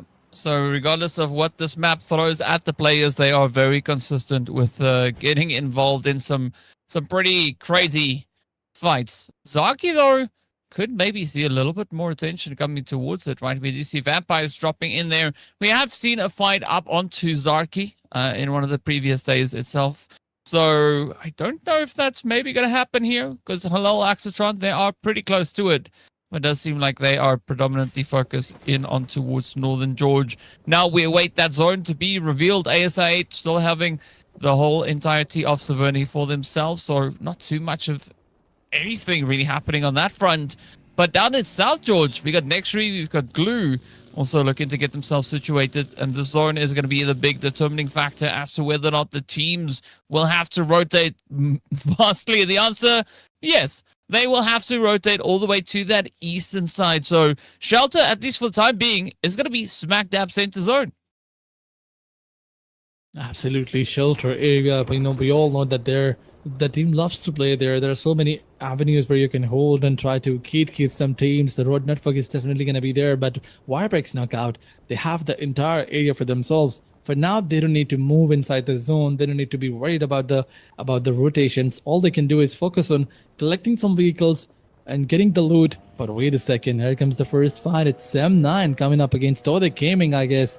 Knockdowns are being delivered. Elimination points will be confirmed in a few seconds. It's Tode Gaming versus Team Bandit as well, because Bandit, one of the players decided to move towards Team Sem9 and Tode Gaming. That's a weird split by all three teams. Look at them on the map. Sem9, one player's on the range side. Team Bandit, all the players are on Pachinki side, but one or two maybe are on the range side. That's not how you start your match with this weird split. Yeah, I don't know what to say. It's an interesting thing to look at. So maybe they can look to condense that position, maybe have something that makes a little bit more sense. Of course, we'll find out soon exactly what their plan is. We do see Sanchir now pushing down into that Novorepnoya position. So that could buy them quite a bit of an opportunity there as... Okay. All right. I guess that's one way to move, right? Just chill, stand on the car, bust a few dance moves while your team pushes you further and further into the position. I mean, great, right? Always coming up with a creative way of moving three people in a two-seater. Speaking of which, though, it is going to be a school that is also quite quiet, right? Bigatron by Vitality, they have free reign here. They can go about and do what they want in school, but they can't venture out too far because we did see the players there from Boom also dropping a little bit towards their north up into Rozok. So several points of contention could start to trickle through as the teams continue to move about their business, but it's a looting phase, right? We don't necessarily expect too much to come through from this phase. Absolutely, but now it's a time of quiet. Everyone is busy trying to loot, trying to maximize their loot. BTR is here. Look towards the points table. BTR is getting close to Sem9, but Sem9 getting one elimination point early on. They tried to risk it all. If only they had lost any player, things would have been looking very difficult for them. But RRQ, I thought for a second that maybe it's just a horse that's running. And why are we seeing a horse? How is the spectator spectating it? Is the horse also playing the game? I don't know. But Warpex scale, they're trying to push on Team RRQ. What's going on? That's going to be the first fight. First head-on collision. No way both the teams have decided to fall back. RRQ, the cavalry is going to be there. Warpex KO, they're trying to charge in. They think that it's only one player, but they got to watch out. All the other players are also coming in fisty. He is so crispy with his aim game and also with those beautiful grenades. But the shotgun delivery is going to be there. RQ, all the players are coming in. Too good. Is going to be taken down. Tala, he will also follow the same or suffer the same fate. This is not looking good. Varpex KO. They wanted to get themselves indulged into a fight. And things are looking tough. Fisty, look at him. How beautifully he pushed forward. Although he did give a lot of damage to Lord. Now it's a 2v3 situation. Yeah, can they wrap it up? This looks like RQ could have it in the back potentially, but Lord says no, down they go. What a comeback. What on earth? Lord coming out of nowhere, clutching it up, but this could be a short-lived victory as champions are just there on the edge. And I mean, if Viper KO want to stay in this fight, they're going to have to get themselves patched up real quick. Absolutely. The players were just running in his crosshairs and he was like, da, da, da, da, da, I'm going to take everyone down. And that's what he did. Down they go into the lobby. RRQ done and dusted for the match. But Champions Esports coming in for the third party. Tala has no idea that there's another team who's closing in. Is he going to get eliminated? What's going to happen? Are they going to spot Team Champions Esports? And I don't think so. Tala will definitely suffer this third party over here. Wait a second. Look at the snake. It's getting closed in slowly and steadily. It is not going to reveal his position. It's going to be his other teammates who'll try to spray down. The Lord coming out. And there you go. The first spray, the first knockout. And here comes another spray. Goku board needs to deliver some shots on Kinu, but he's not going to do that. And he's cooking a grenade. Look at this beautiful grenade coming in. Goku board, you gotta find the player. And here comes a chart from C1. C1 now got to fully commit to the rush here. We did see a knife finish also coming into the feed, but now it is going to be Viper KO getting this whole situation turned on its head. They just 1v3'd an insane play. But now, it's all riding on Gokubot to see, can they hold steady? So far, Atomic is going to get dropped on down. It is looking hopeful, but, Viper KO make a quick trip back into the lobby. 5 eliminations, a beautiful showing that they had, but unfortunately, they can't maintain that. It will come to an end. Meanwhile, Boom looking to get ready to lock it in. It's going to be ASI 8 and then, of course, the players from Bandit on either side. So can Boom push through this? Can they get the spray? Can they get into that next bit? Because they only have 2 players left to defend, and ASI 8 just full sending it down onto them. Absolutely, ASXide who is knocked out, and it's a 1v4 situation. Looks like ASXide, they have the control of the situation. The grenades are going to come in. Boy, baby, we're going to watch out. Zero is trying to move from the different side. But once again, baby, realization was also there. But don't force a 1v1. If you lose it, he'll go for the confirmation. And here comes the elimination confirmation. Baby getting a little bit more overconfident. And ASXide will suffer because of this overconfidence. That's not the way to go. It was a 1v4. Wait for your teammates. If you get hungry, if you get greedy, you'll get punished. But what's going on? BTR coming in, but they're not with their guns, but with their vehicles. They're like, we are good drivers. We'll eliminate you with just vehicles only. Rizzy finding the last plane standing, and DRS, down they go, done and dusted. I mean, I think BTR took the saying of running away with the competition a little bit too literal, right? Because they knocked the player, picked them on the car, and ran away with them, right? So I guess it gets the job done either which way. So, you know, GG. I'll give it to them. It worked. Now it is going to be Banded.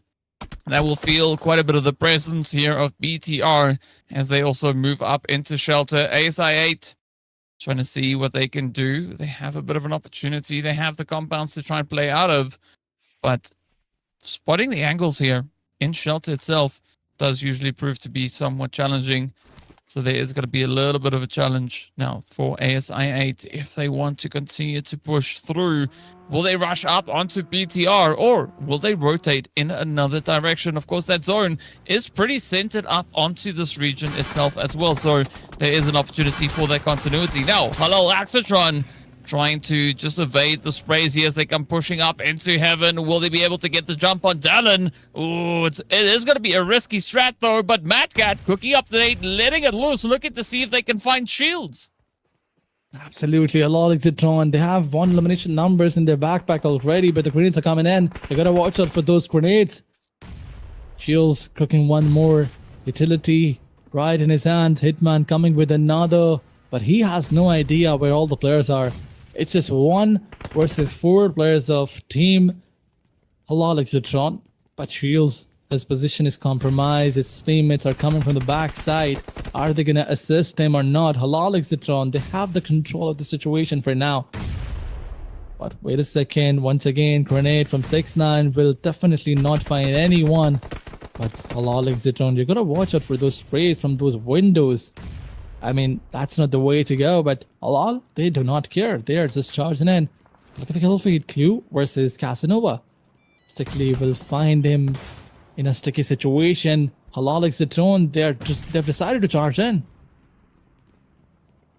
Well, this could be exactly what they need to do. Shields very isolated up on the roof. It could be a very abrupt end. Oh, yes, it is. Hello. Hitman hits it up. 1 down. Yeah. Few more to go. But this is not going to be look at this. looking to retaliate. Oh, but unfortunately, 90 degree does come in clutch, just narrowly escaping a quick trip onto their knees there. But hey, 4 points are 4 points, right? So well done to Halal Axistron. If they continue with this momentum, it could be a glorious match for them. But there's still 11 other teams to contest against. I mean, it's not just Hitman, but every other player. I mean, specifically 90 degree. In all those fights out there, whenever it's time for a beautiful gun skills display, it's always 90 degree or 6ix9ine who will not stay far behind. I mean, 2 players pushed on him. He was like, okay, I got him. I got them both. It's easy. Relax. Go for the loot. I'll eliminate Talon Esports. Seems like Talon Esports is not having the fun that they wanted to have. We were thinking that maybe today they will try to breach the top 3 spots, but looking towards their first 3 matches and their performance, it looks like that they have found themselves in a sticky situation. Or maybe the confidence is not quite there. They're not allowed by the lobby to get any single good match. Let's see what are they going to do for the next match. But for this match, we have A6 side with 3 elimination points. Another team who we think that will make a comeback, but losing on 1 player early on is not the way to go. And they're going to have to find Bandit, right? We do see Vance holding there. So, I mean, Vance is going to try and play for survivability. So, fortunately for them, ASI has not really decided that they want to look into Shelter itself. But now it's going to be Glue coming up here, playing all the way from Walmart, looking for a bit of an opportunity in angle. Iron getting mobilized, prepping for a bit of a charge. But they are going up against the full force here of Glue. Nextry also going to be holding up towards the north. So it's going to have to be a very, very decisive approach. Now, Todak looking to come into a little bit of action here. As we can see, Skyforce just ahead of them. That is going to be Icy looking to hold it nice and steady.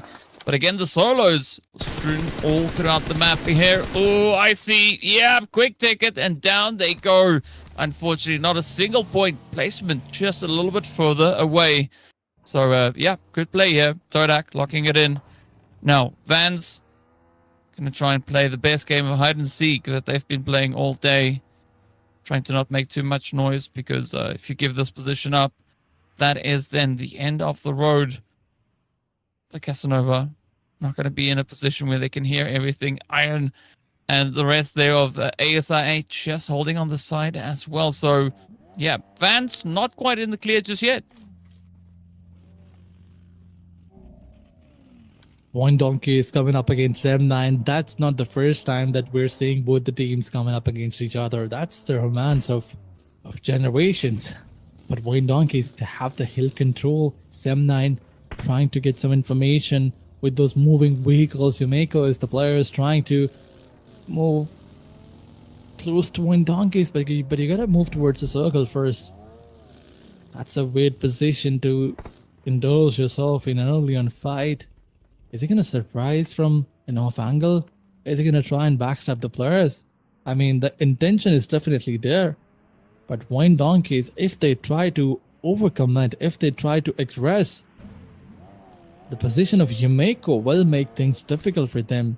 And elevation is also with Team Zen 9. So not a good position for Team Wine Donkeys to take a fight in, but Razek, once again, using the hoverboard, using the hovercraft to get some more information. But I think both the teams will fall back. They will not try to commit.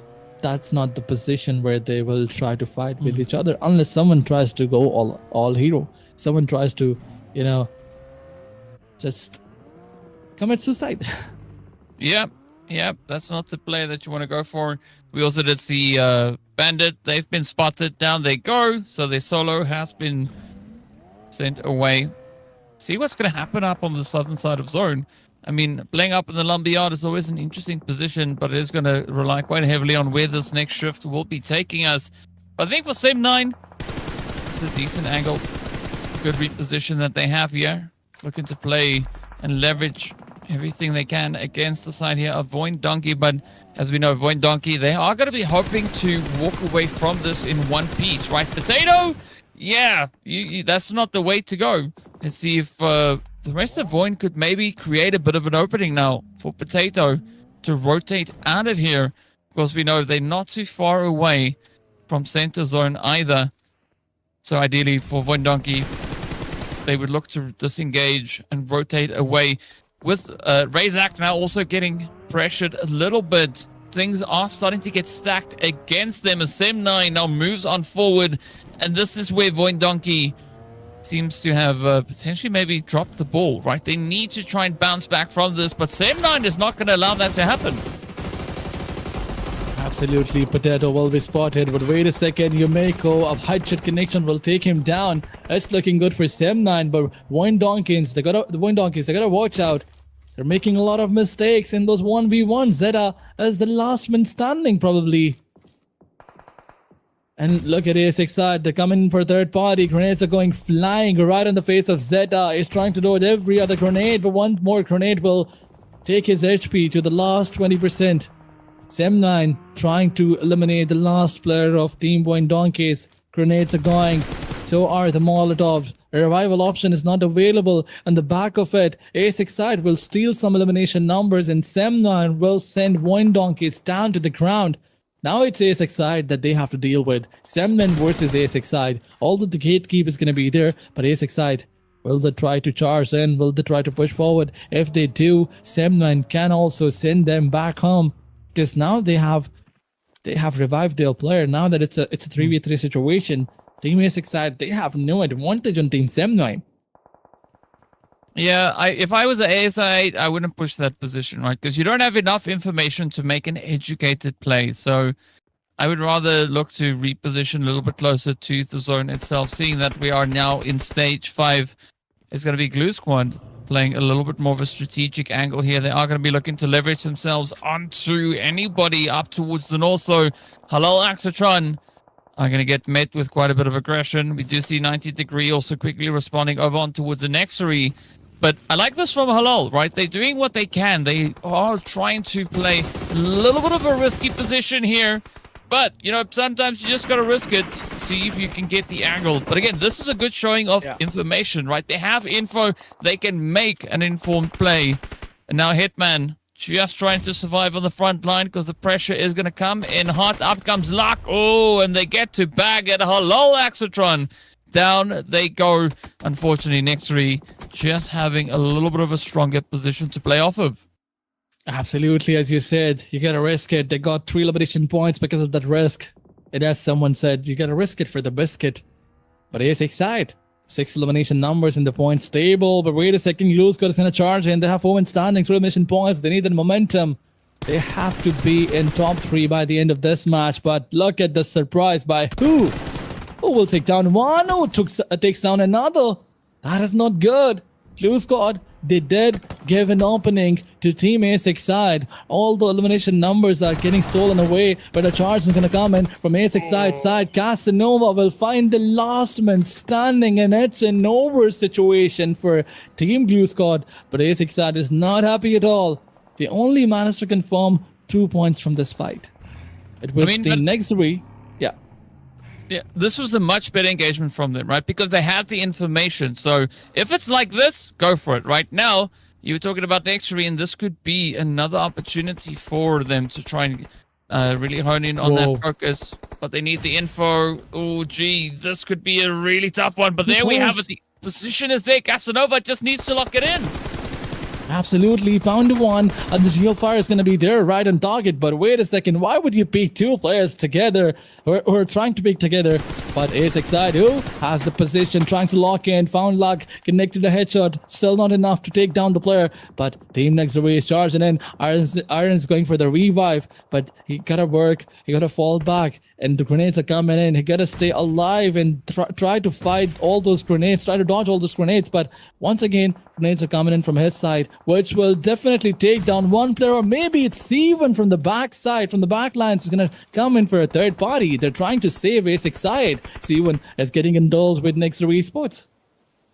Well, Sem9 also moving up on the hillside, so this could apply even more pressure now to them. 10 eliminations is what they have to show so far, and a glorious run. But who coming through with a little bit of a risky rotation, trying to move that vehicle just a little bit further ahead. But now they need to find a way to apply all that additional carnage onto the side of Nexry. Luck already finding the angle onto C1, and it is going to become a little bit of a chain fight.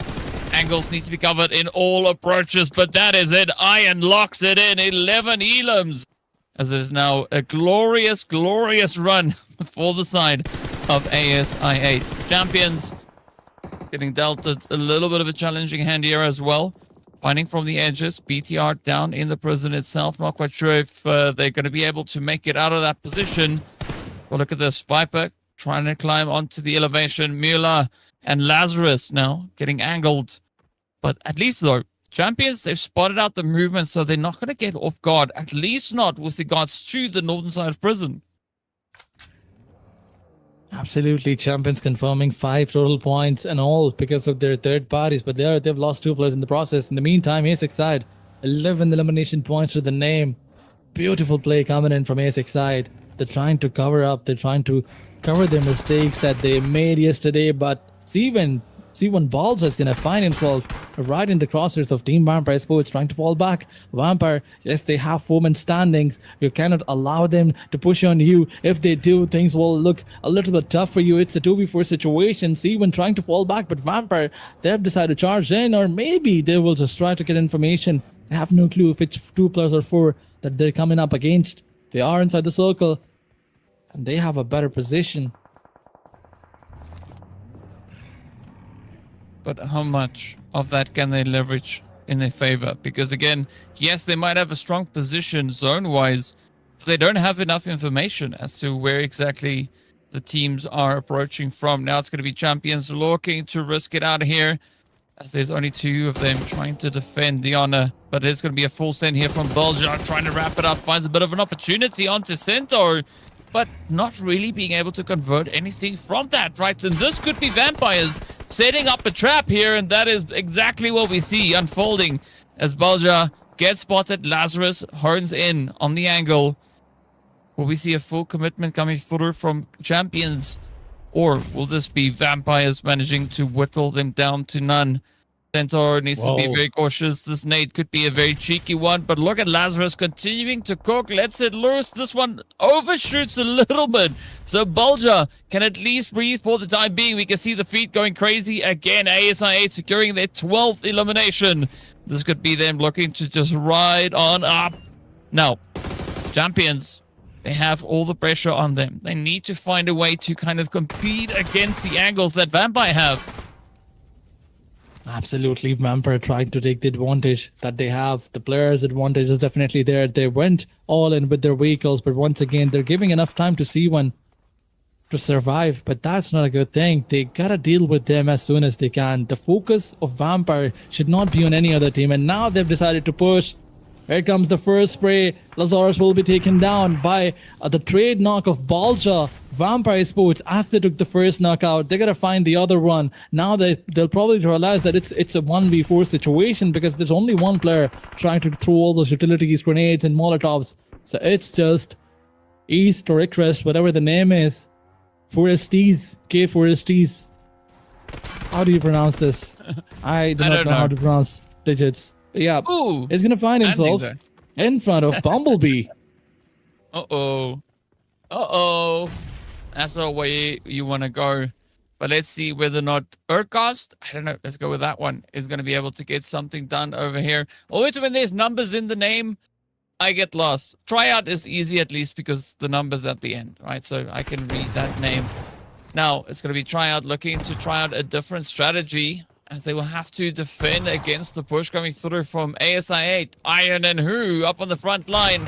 I don't quite know. Yeah, well, or neither did Tryout as the shot is in, and that is the end of the road for Sem9. ASI8 cooking this lobby. They are having a blast in the kitchen. Look at Casanova, Vampire right there alongside them, and they have not even spotted Casanova yet. Now, Zane on the front line there. Vampire's looking pretty good. The only team coming through with a full roster still left in this match. But this is where Casanova needs to time the shot to perfection. Act too quickly, and that could be you putting your team at quite a bit of a disadvantage. But Vampire, they're going to look to prioritize that northern edge of the zone, as they think that is where it will take them. But the rest of Vampire starting to disengage, peeling off, moving backwards. Biggotron by Vitality will get taken away as well. So C1 down to a solo. I think ASI8, they are going to be the strong contenders for this winner chicken dinner. But the problem for ASI8 now is, how do they get back up this hill if the zone moves north or south? I mean, they're gonna find a solution if the circle goes towards southern side, but A6 side, they are just looking for some elimination points, but there's one player on one side and two on another. Casanova is not trying to make any noise. Look at the trigger discipline. I mean, A6 side, they cannot come up, but it's Casanova who can probably take some players down. But he needs some assists, he needs some support from his player side. Zane will probably find someone. The answer is a bag. No, but he also got down. But no, wait a second. It's a 1v1 Casanova versus Zane. But on that low HP is still found the player of team A6 side. And this is not looking good now. A6 side will probably lose their players to the zone. They cannot go up. The circle is still there, but only the edges. Vampire, they have the elevation, they have the minute advantage. It's a 4v2 situation, but Vampires are going down. Look at them. Oh my god. They are just being gutsy enough to try and get those elimination points for themselves. Oh my god. Could they get it though? I mean, it's gonna be a tough one. A 2v4. Oh, some pretty tough odds now stacked against the side of ASI8, but Vampire Esports, a phenomenal read on the zone here. They don't quite know exactly where ASI8 is situated. Doing a little bit of that due diligence, trying to close it all off here. Lazarus trying to cook up on top. Are they going to be able to get that jump? Will they get the play? Up comes the angle, the nade, the utility's trying to fly. Lazarus gets dropped. Woo! Iron locks it in. But down they go. Just such a strong position being held here by Vampire, but you gotta watch out, right? Vampire losing even more players. It has gone from a full squad down to only 2. And there is still a big fighting chance here for ASI8. Absolutely is excited. It's a 2v2 situation. 16 elimination points to the name. They're trying to replicate their performance. They had 18 and a chicken dinner in the league stages. Are they going to try and do that once again? Circle is going to shift now, and they don't have any more players. Yeah, the grenade is going to come in from Vampire's side. Although that's not the right place to be, not the right position, but they don't have a zone to play. What is the plan of action of team A6I8? What are they going to do? They're going to lose their players with a beautiful grenade. That's it. Done and dusted. Vampire Sports will get a chicken dinner, but A6 side, what an absolute chaos. What an absolute brilliant domination. Yeah, I mean, what a way to go, right? They made the tough call. They decided, you know what? Instead of giving points away, we'll just keep it to ourselves. And Vampire, well played to them. The chicken dinner getting sent straight towards them there. But Vampire playing a very dominating position coming into the later stage of this match. Not as contentious as what we saw come through there from the side of ASI8. Casanova, that was a phenomenal cheeky strategy up in the vehicle, just kind of staying up on that front line for the longest time. But it is going to be Husafa that is going to be walking away as our MVP right here. 9 eliminations and 1100 damage getting secured. Absolutely insane business. Absolutely. Josefa is going to be the MVP with 9 eliminations and 1104. That's Calm. That's the player with the name Calm. But he was trying to bring chaos. He was like, I'm calm. I'm going to bring chaos to the lobby. Stay calm. But 9 elimination points and 1104 damage. That is some brilliant numbers. That's the way to go. Ace excited, trying to make sure that they end their day into the top 5, and if they want to be in the top 3, maybe one more 16 elimination match with a chicken dinner, and it will be done. Yeah, I mean, that is quite the way to go. What a statement that they've been able to make here. I believe that's who, right? Yeah, that's who. That's who. Yeah, that's who it is. There we have it. His previous name was Calm, and now it's who. Oh, see, now we know who it is. Yeah.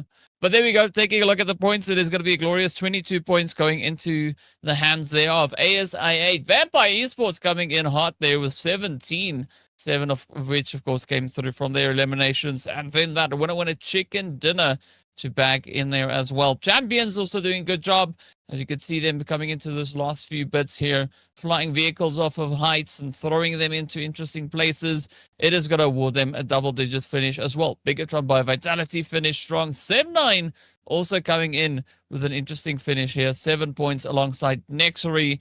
But then if we look onto the other side, it's going to be Skyforce, Talon, and DRS, who are going to be walking back with nothing but bubbles, right? It is unfortunate, but it has to happen at some point. There's usually a few teams that don't necessarily secure themselves any points, but we're going to look to see how this all then impacts the overall standings, where the teams find themselves and who's been able to upset the most. Absolutely. We'll see when we have a look on the overall standings. Vampire Sports getting 17 points. It's going to give them a little bit of shift towards the top 3 spots. But Champions Sports coming in with some beautiful numbers. The overall stand is going to be there. A Vampire jumping in.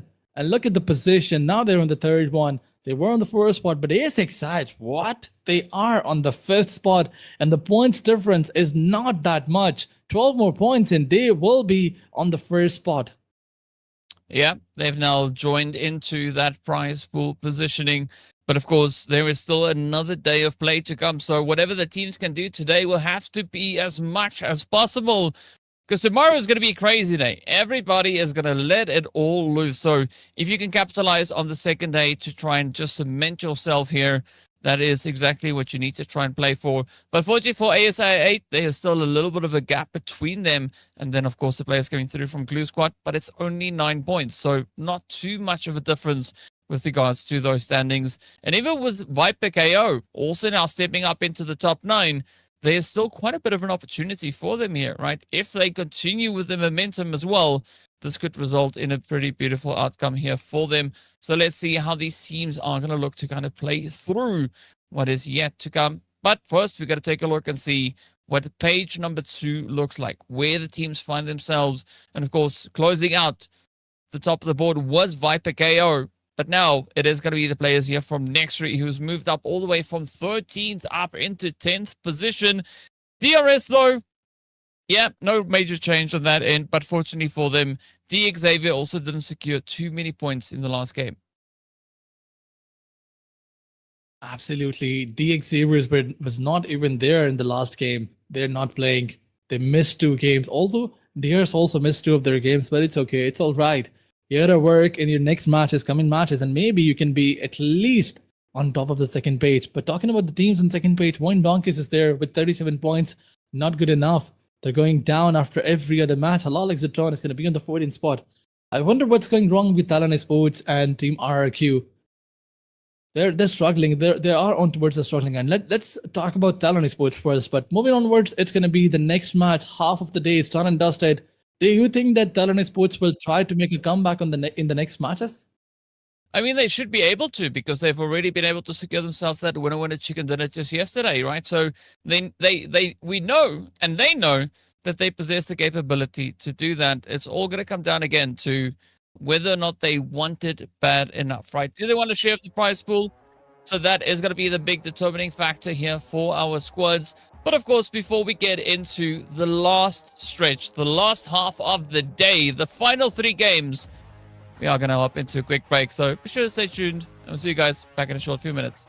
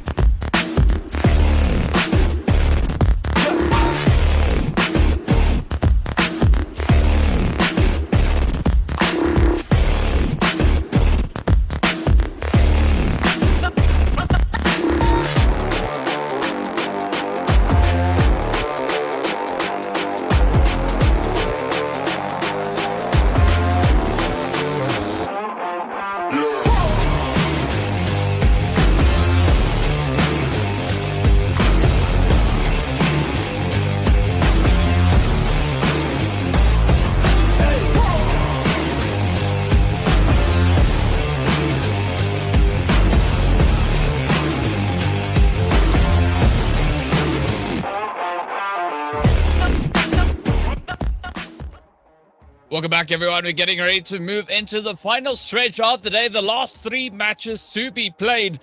Of course, first up, we are going to be heading straight into our final Erangel to see where the teams are going to be finding themselves. And I'm playing a little bit of the mime game, right? Just try to keep it still to see if everything works the way it should. But unfortunately, my lips have to move, right? I'm not that good. I'm not quite a ventriloquist just yet. But Aladdin, this is where we get to see who will be taking the last victory on Erangel before we head into the desert. Absolutely. Talking about the teams who should be able to get their hands on the victory, I really want that Clue Squad and Champions Esports alongside the Gaming try to pull that miracle off. They need that momentum. They need one chicken dinner to be in the top three or maybe try and contest for the top spot. But moving onwards, the flight path is going to be there. It's going to go from Yasnaya Polyana all the way to hospital area. You know, it's a cornered flight path towards the northern side. Teams who want to go towards Novo or military base will be facing a little bit of difficulties. And other than that, all the other map is reachable. Drop clashes. Once again, that one thing that we love to see. Who's going to win the drop clash this time? DRS, are they going to go in a drop clash once again? Or is this going to be that three-way deadlock that we always see in that Pochinki side? Well, we have that, right? We want to see whether or not the teams will look to be consistent with regards to that aggression. And so it's always interesting for these drop clashes to make their way through. Not seeing anything just yet. However, there might be a little bit of a something cooking up into Lubovka. So we could have some heat getting dialed through over there. Over towards the western front, nothing really looking out of the ordinary, at least not for the time being. But I'm going to be looking over in towards that Pachinki region, as you were talking about. Does seem somewhat safe, right? The players there from Bandit getting themselves situated, but now comes the big kicker. Who's going to be the team or the squad to lock it in? Will we have some pretty great plays coming through here? ASI 8? No, that is going to be the players rather from Viper KO. Pretty close to Voin Donkey. Voin Donkey, an interesting strategy that we saw from them in the previous match, right?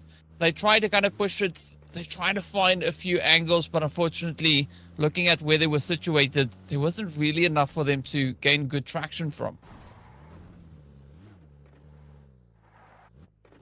Absolutely. For now, that we're seeing the teams are not focusing focusing on the drop clashes. They're trying to stay alive. I think that we might see another good game by Team A6 side. DRS is also not in a fight. Are they here? I think DRS, they're not here. They haven't joined. Yeah, I don't see their... We didn't really see them during the... Yeah, we didn't see them during the drop. And of course, looking at the number up at the top, it says 16. So, yeah, I think it is fair to assume that we won't be seeing them play through this match. But this is now an opportunity for the rest of the lobby to see what they can find, right? Will we have BTR maybe contesting Sim 9 for that top position? Could it be Vampires? Could it be RRQ? Could it be ASI 8 looking to have another crazy run? All of those things could all become true in just one single game. What's that vehicle doing? It's having a mind of its own. It's like it's trying to run away from the players. It's like, no, no, no, no, no. I'm not in the mood today. Leave me alone. Yeah, you're gonna get me destroyed anyway, so I just want to stay safe, stay away from all the condition, from all the sprays. So yeah, that's the vehicle that wants to play for the placement points. Yeah, definitely. Talking about C1, the momentum is quite not there. They need some good matches, at least one good match, one big match. I mean, in the previous match, they had some good points. Still on the 7th spot, they're trying to get close to the top 3. But the beauty about this competition is that still we can see someone from 12th spot jump in for the podium for the first spot.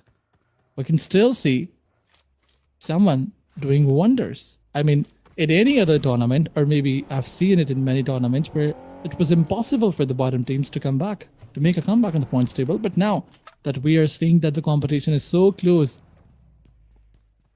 someone can surprise us. Is there going to be any other team or any team which will play like Team RRQ? Because RRQ started from 14th spot. Yeah. They were there where Team HLE is right now. And look at them, 68 points. One good match can take them on the first spot. So you have to write the same comeback storyline. And today is the day of comebacks. Tomorrow, teams are not going to allow you to do that. Yeah, tomorrow I think is going to be the day of hardship, where the teams will have... The day of chaos.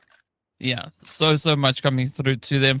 But I mean, if any of the teams sitting towards the lower end of the standings wants to get themselves closer to the top of the board, they're going to have to do it now. The longer they wait, the bigger the gap is going to become, right? 50 points. Yes, it seems like a big number, but it is still doable in what we have left for the day.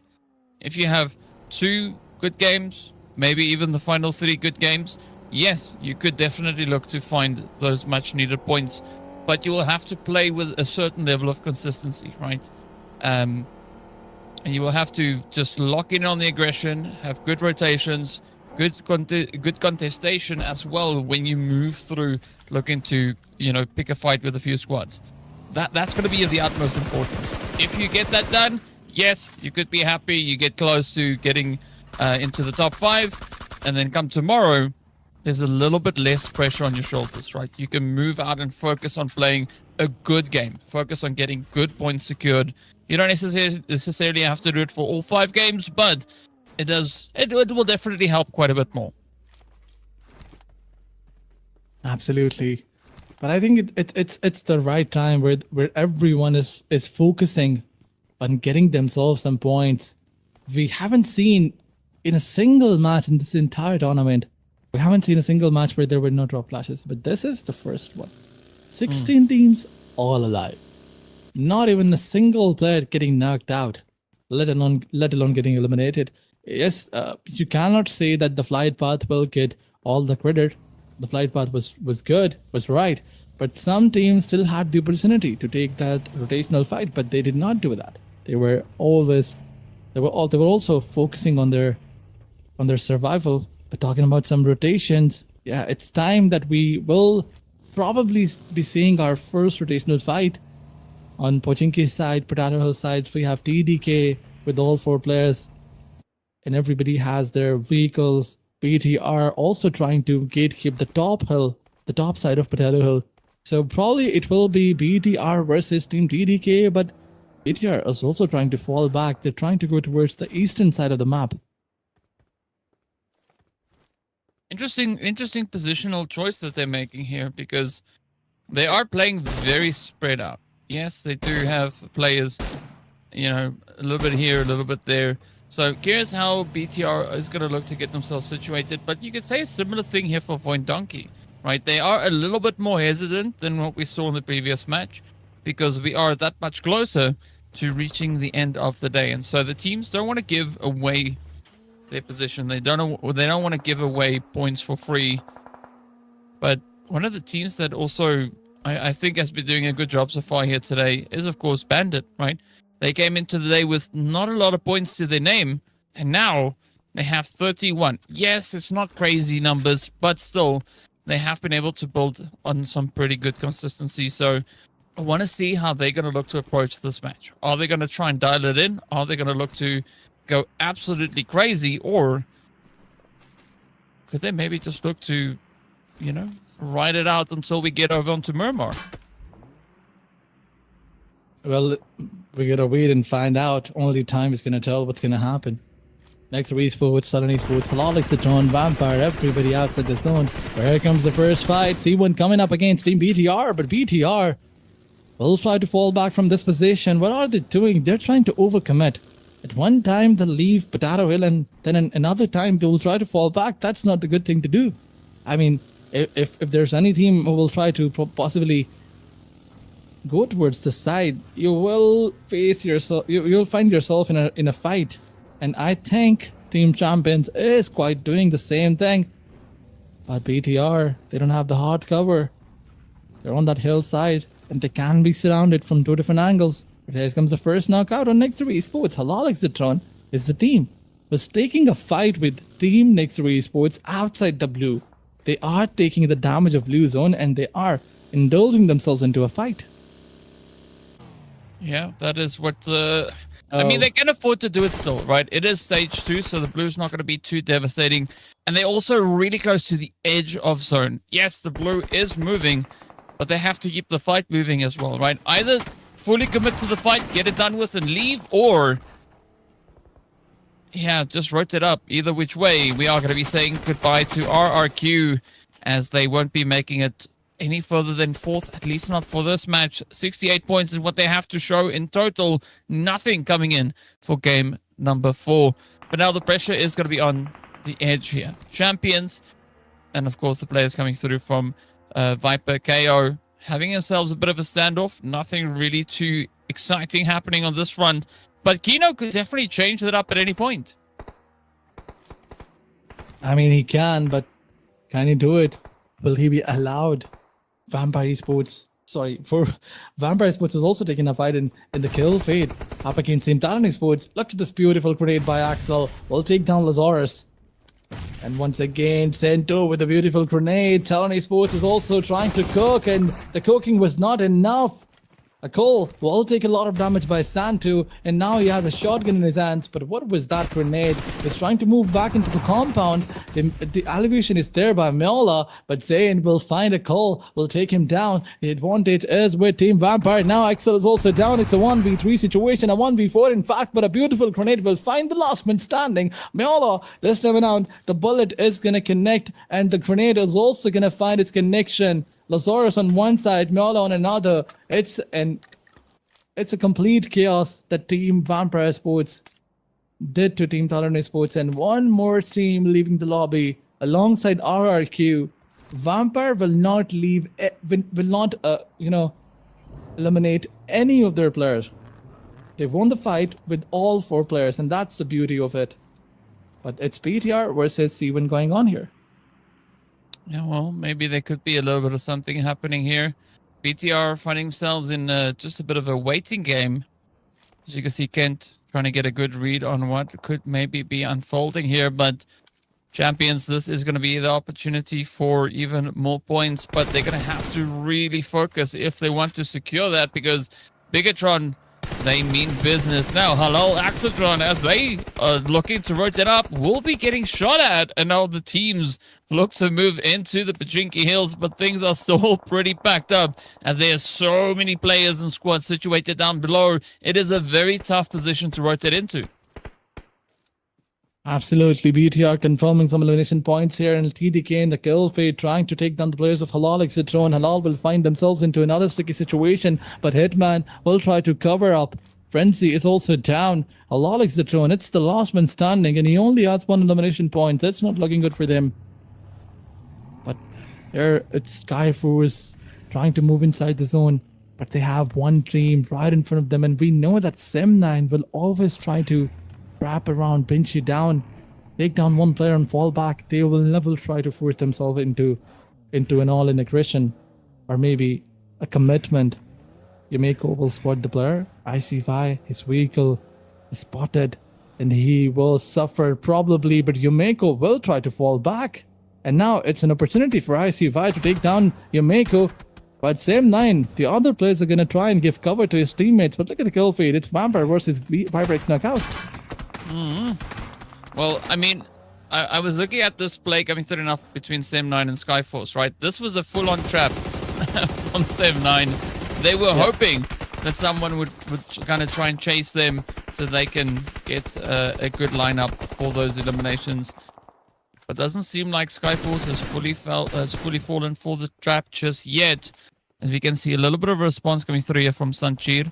So Skyforce, they still have a bit of a way to go. Of course, starting the match off all the way in 11th position. So there is still a bit of an opportunity for them to continue to climb the board. But now, they're going to have to survive this push coming through here as Glue Squad comes up, rushing their way in towards the zone. They are going to be looking to pull up into Pachinki. And now Skyforce has to make the big old decision, right? Are they going to look to engage, or will they instead rotate out of here? I think they are trying to fall back. They will try to move inside the circle, or maybe Skyforce. It's Skyforce that we're talking about. They're gonna go all in. One of the players taken down, although they will get a trade, but ICY needs a revival, and here comes Godless with a push. Sem9 tryout is gonna cover them. It's 2v1 situation. On one side it's 2 teams, and on another it's just 1. But wait a second, Godless said as he decided to move forward, it's Neil who will find him, and a retake, you can say, and another beautiful spray by Century is gonna come in. Although the cover fire was provided, but it's just the last man standing of Team Skyforce. Can he clutch it all? It's one player of Glue Squad and one player of Team Skyforce, and Sem9 is just taking the advantage of this fight. They're going for a third party. I mean, at one point in time when we were ready to see a complete 4v4 fight by Sem9, someone decided to push and make this situation a third party for Sem9. Seems like the PUBG gods are with Team Sem9, because every time, whenever they're fighting, they manage to find a third party situation for themselves. I mean, they're just really good at finding it, right? It seems like that is what they tend to focus on. So, yeah, a beautiful strategy there on their end. However, for the players, from what we saw there of Skyforce, right, it was a pretty tough predicament to get caught in. Really getting caught in that crossfire is not the kind of way that you would be looking to play through it here. But now, we are going to be looking over to Todak. Todak, ooh, up in the trenches. It is going to be Nice. Hitman getting taken on down. Cheeky trade there. So Halal Axotron out in 14th now. Todak, they have to face the music. The pressure is going to be on. It's going to be Vampires trying to dip out of the blue. Next read right there alongside them. I'm not quite sure why the teams are so committed to fighting out in this blue. Maybe they like the tickle coming through from taking too much of that blue juice. Doesn't make a lot of sense, but hey, it is what it is. Now, Champions, a nice bit of a position here, right? Could be on the receiving end of a few angles. Now, BTR also going to be finding that pressure just alongside them. Yeah. ASI 8 also in the mix, so quite a tough rotation for all involved squads here. Absolutely, Varbeski, our Lord is knocked and finished, and Thala will find himself so close to Team A6 side. In the meantime, elimination points is going to confirm by Casanova. That is brilliant. Casanova will find another player. This time it's Viperx. In fact, it's Vampire Esports. Will be taken down. Mola finds his ways inside the tents of BTR, and once again, another elimination point confirmed. Vampire is done and dusted, but it's Team BTR versus A6 side. The next possible condition, or probably it will be Team Boom versus A6 side. What's going to be the plan of action from Team A6 side? They've decided to push forward. They are trying to charge in. They don't have the zone for themselves, but look at this. Casanova coming on with the beautiful grenade. Optimus will find him, will take him down, and is trying to confirm the elimination number. On the back of it, it's Baby trying to give cover. Boom Sports coming for a third party. It's not a good situation. A6 side will get the third party sprays, and Boom Sports will also face the trouble by BTR. BTR is trying to eliminate everyone who comes in their way, and 2 more knockouts to the name. Yeah, unfortunate that Baby got put to bed, but now pressure is on for the rest of ASI 8. I like the fact that they disengaged, rotated back. This does open up the opportunities for them, but you guys still got to watch out here for Optimus as Boom Esports get taken down. Now, Bandit also stepping up for a little bit of a shake-up here. Can they get the rush? Can they get that play? Biggest run by Vitality in hot pursuit. It is going to be Skyforce, the next squad to fall. Iron trying to get ahead, but unfortunately, it is going to be Bigatron by Vitality that does end up taking them down. Void Donkey now going to be playing from center zone, but so much contention up onto the edge of zone. Bigatron just quickly trying to get themselves reassessed here. They are trying to sum up the whole situation. As you can see, Bandit looking for an opening as well. Ten Sky looking to disengage, fall back into the rest of the squad. But then Bandit needs to find a way to move forward. Of course, rushing up with a horse, it's going to be a little bit risky, especially looking at how BTR are just waiting for something to come their way. Bandit know that they are on the 16th spot. They can, I mean, they have to go all in. They gotta have that 20 elimination number gameplay, or it will be over for them. For now, they've decided to push forward on BTR. 2 players are down. And look at Venice says he will be taken down. That 4th player is not going to come in. Look at the position of Kent. We'll find 1 player, and Puzzle will get a trade, but that's not enough. It's a 1v1 situation. On one side, it's Puzzle, and on the other side, it's Optimus by BTR. And we have seen him carrying his team. Although all the players will get eliminated. The knocked out players are confirmed by Team Bandit, but Puzzle trying to revive, and on the back of it, it's Todd Gaming who have decided to do a third party. They will eliminate Bandit. They will also eliminate the last man standing of BTR. Todd Gaming, 5 elimination points to the name and 3 men standing. Now they will try to move forward, but there's one more team who's going to try and stop them, and that is Team Wayne Donkeys this time. Well, we do also say goodbye to another squad. That is going to be Glue Squad. Out they go. Only 1 elimination to their name. Yeah. C1, only with a solo. Nextry with a solo. The rest of the lobby looking pretty stacked here.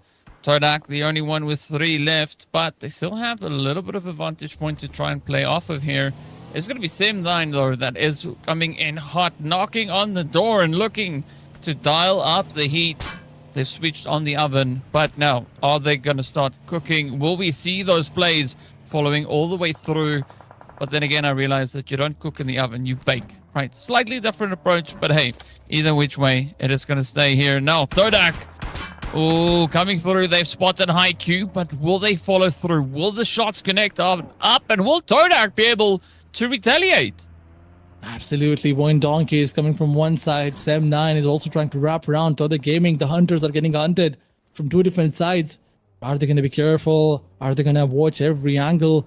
Although there are so many avenues to clear from Sem9 side, they have the zone for themselves. Wayne Donkey is still in the center. In the meantime, Kino getting eliminated by Toda Gaming. I mean, that's the first thing that Toda Gaming does. They try to deal with all the solos that are around. They eliminated 3 teams. All 3 of them were on their solos. BTR, Team Bandit, and now Team C1. So we're looking towards 1 solo and a stacked up lobby. Toda Gaming with 3, Wine Donkeys with all 4, and Sem9 with all 4. But once again, Sem9, they're also dealing with the next Esports, and no more hope for next Esports to get any points. They got 5 elimination, 4th placement points. That is good for them, good enough for them, at least for this match. But moving onwards, it's a 4v4v3 fight. The lobby is going to bring chaos. It all comes down to this. Well, let's see who's going to be the one to kick the party off. Try out. Yeah. Just here smoking everything up. Very far removed from the zone, so I don't quite know what the strategy is. Maybe Tryout has a big brain play that we could see unfolding right here. Sim9 looking good, though, with 5 eliminations. Voin Donkey sitting on those 2. Toda coming through with 6. Now, it's going to be Dep holding on the edge here. Oh, there's a bit of an angle to be had onto Voin Donkey. But you got to watch out for that approach coming through from Sim9 as well. I mean, Voin Donkey, you normally say that the compound is a good spot to be in. But looking at the 2 teams that are just on the edges, it's not too much of a favorable angle, right? On the one side, they find themselves with a bit of an uphill fight. On the other end, it is going to be all these surprise angles that Toda can use to sneak in. I mean, they are in a sandwich situation.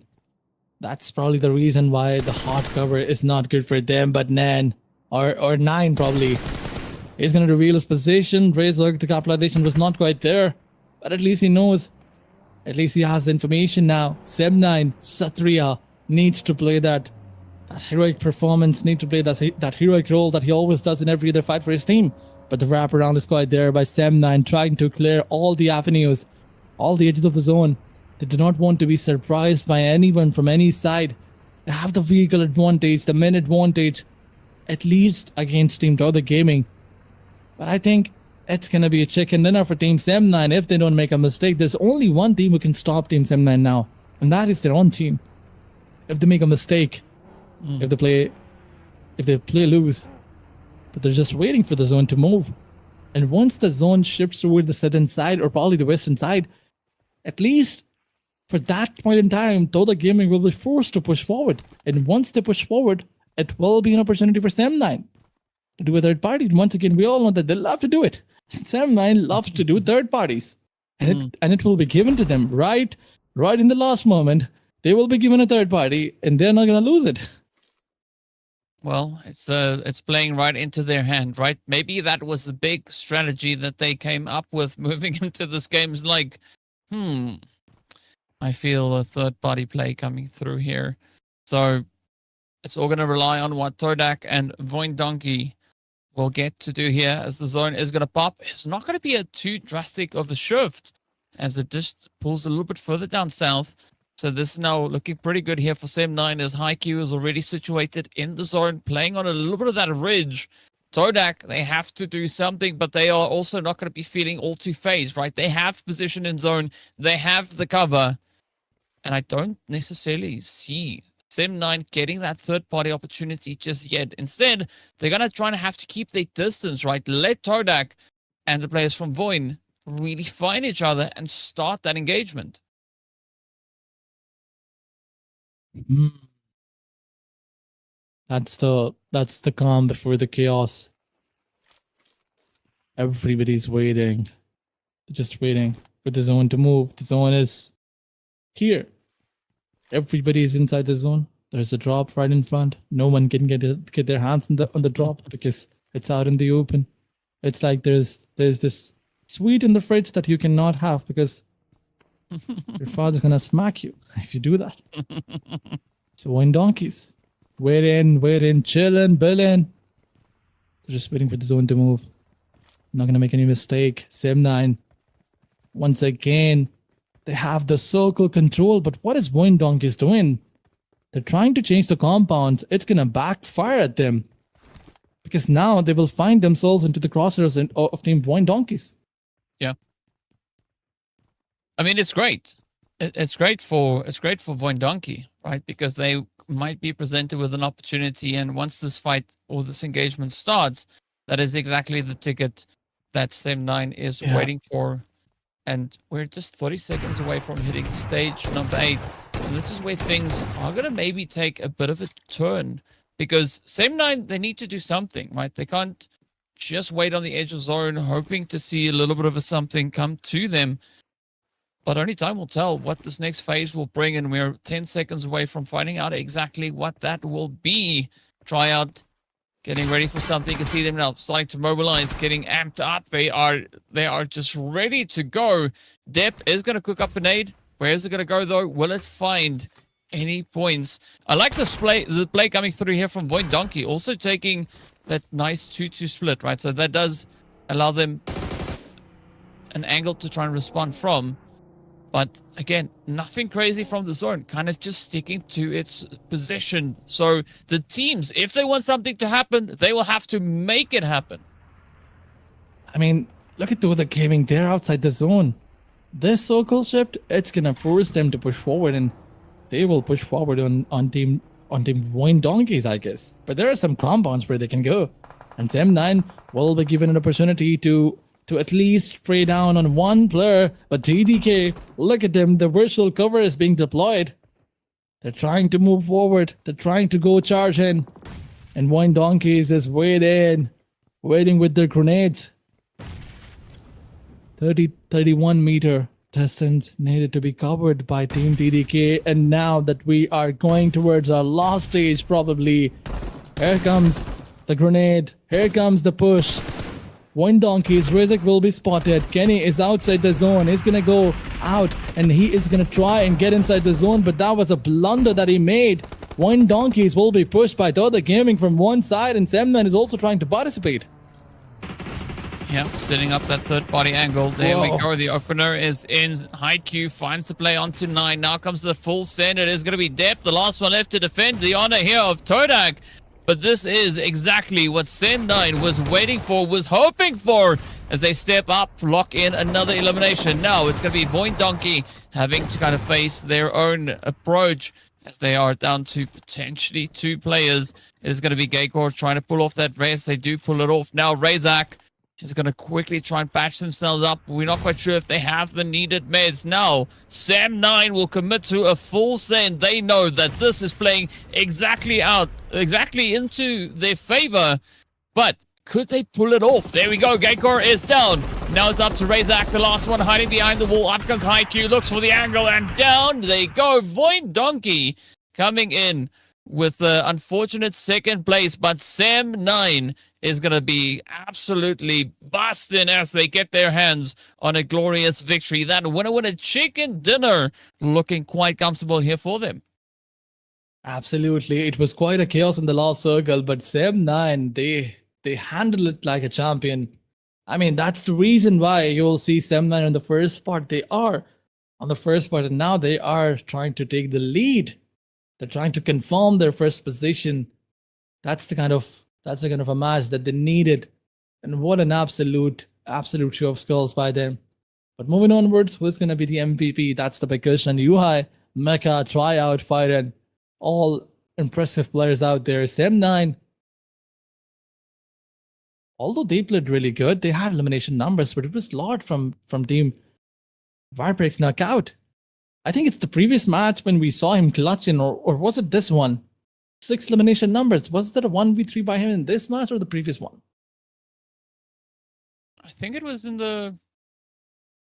Huh. It was definitely on Erangel, right? Which one? Yeah. Yes. It was close to Pochinki side. At least Yeah. that too I Yes. know. But yeah, a great show of skills by Load. Some heavy lifting out there for his team. But as a team, they need to step up big time. Yeah, I mean, they came so close. As we can see, they at least were able to capitalize on a few points. They got 6 eliminations. So, meaning all the points that we just saw Lord contributing for the team, that was, of course, all the eliminations they had. And that is what they have to show for this game. But a phenomenal play here from Sem9, 21 points on board. They've now just broken into the century. They've now hit 100. And it's going to be pretty tough for the rest of the lobby to try and still catch up here today. RRQ, they started off well, right? They looked like they would maybe be one of the hopefuls to come in with a strong play. Unfortunately, they got backed up really, really early in the game here. But as we look down the rest of the board, you can see the team still managing to put on some numbers here. Bigatron by Vitality, they are going to be walking away with a few additional points there as well. 7 points alongside Vampires. But yeah, it's a pretty tough day. Glue Squad, they were trying. And unfortunately, not much getting converted from this past match. All the way to that 10th spot is where they find themselves for the match rankings. Absolutely. But look at Talon Sports. One more bad match. Zero points in this match. They were unable to get any point. But talking about the points table, A6 side jump into the 4th spot.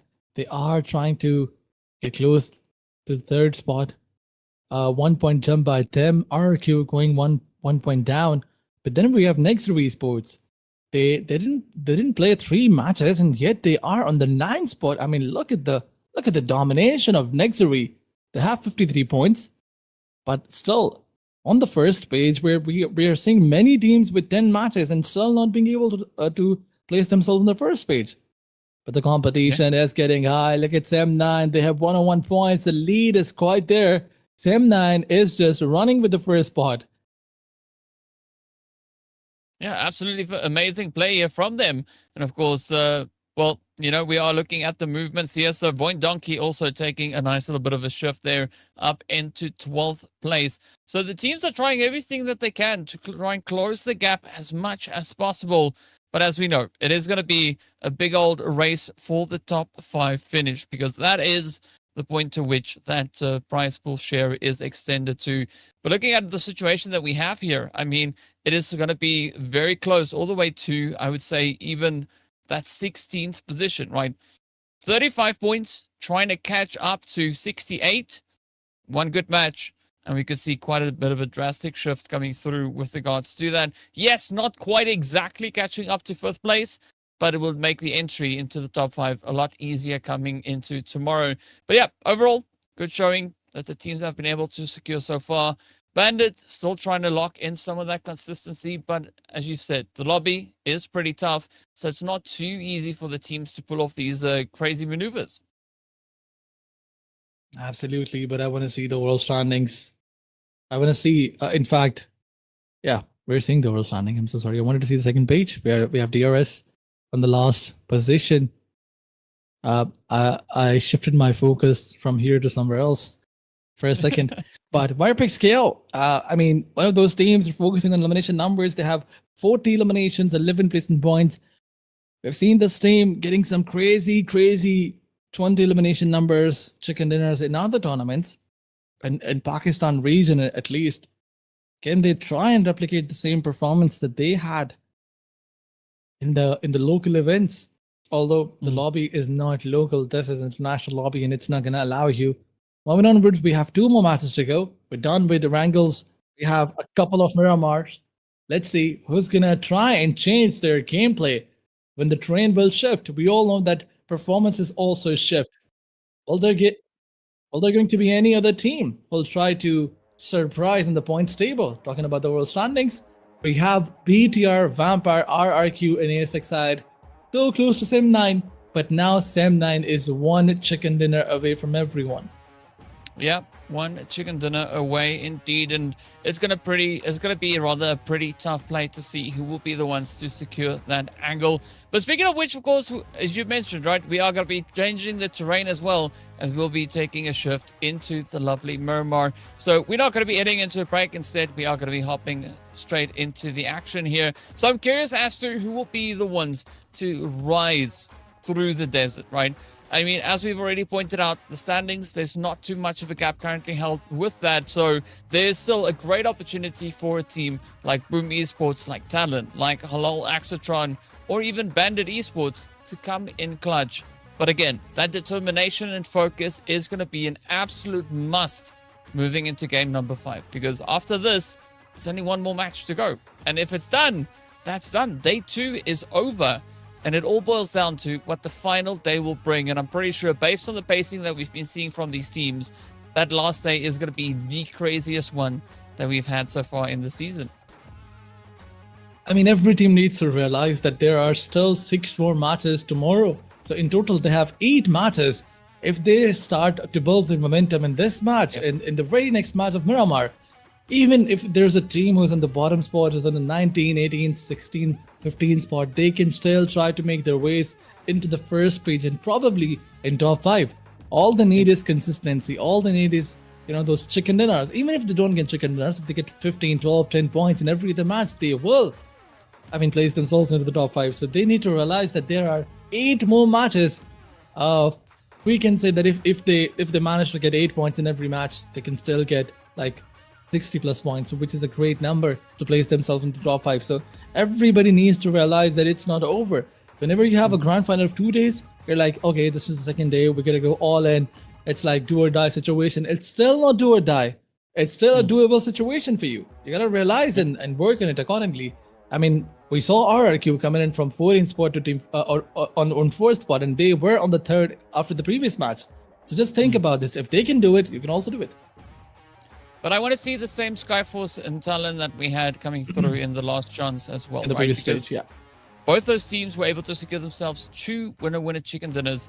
I want to see that again, right? Halal Axatron, yes, they've been keeping a little bit of that same kind of pacing going. We've also not really been seeing the full force that they can bring out onto the battlefield. So, as you said, right, these final 8 matches, this is going to be that opportunity for the teams to try and do exactly that.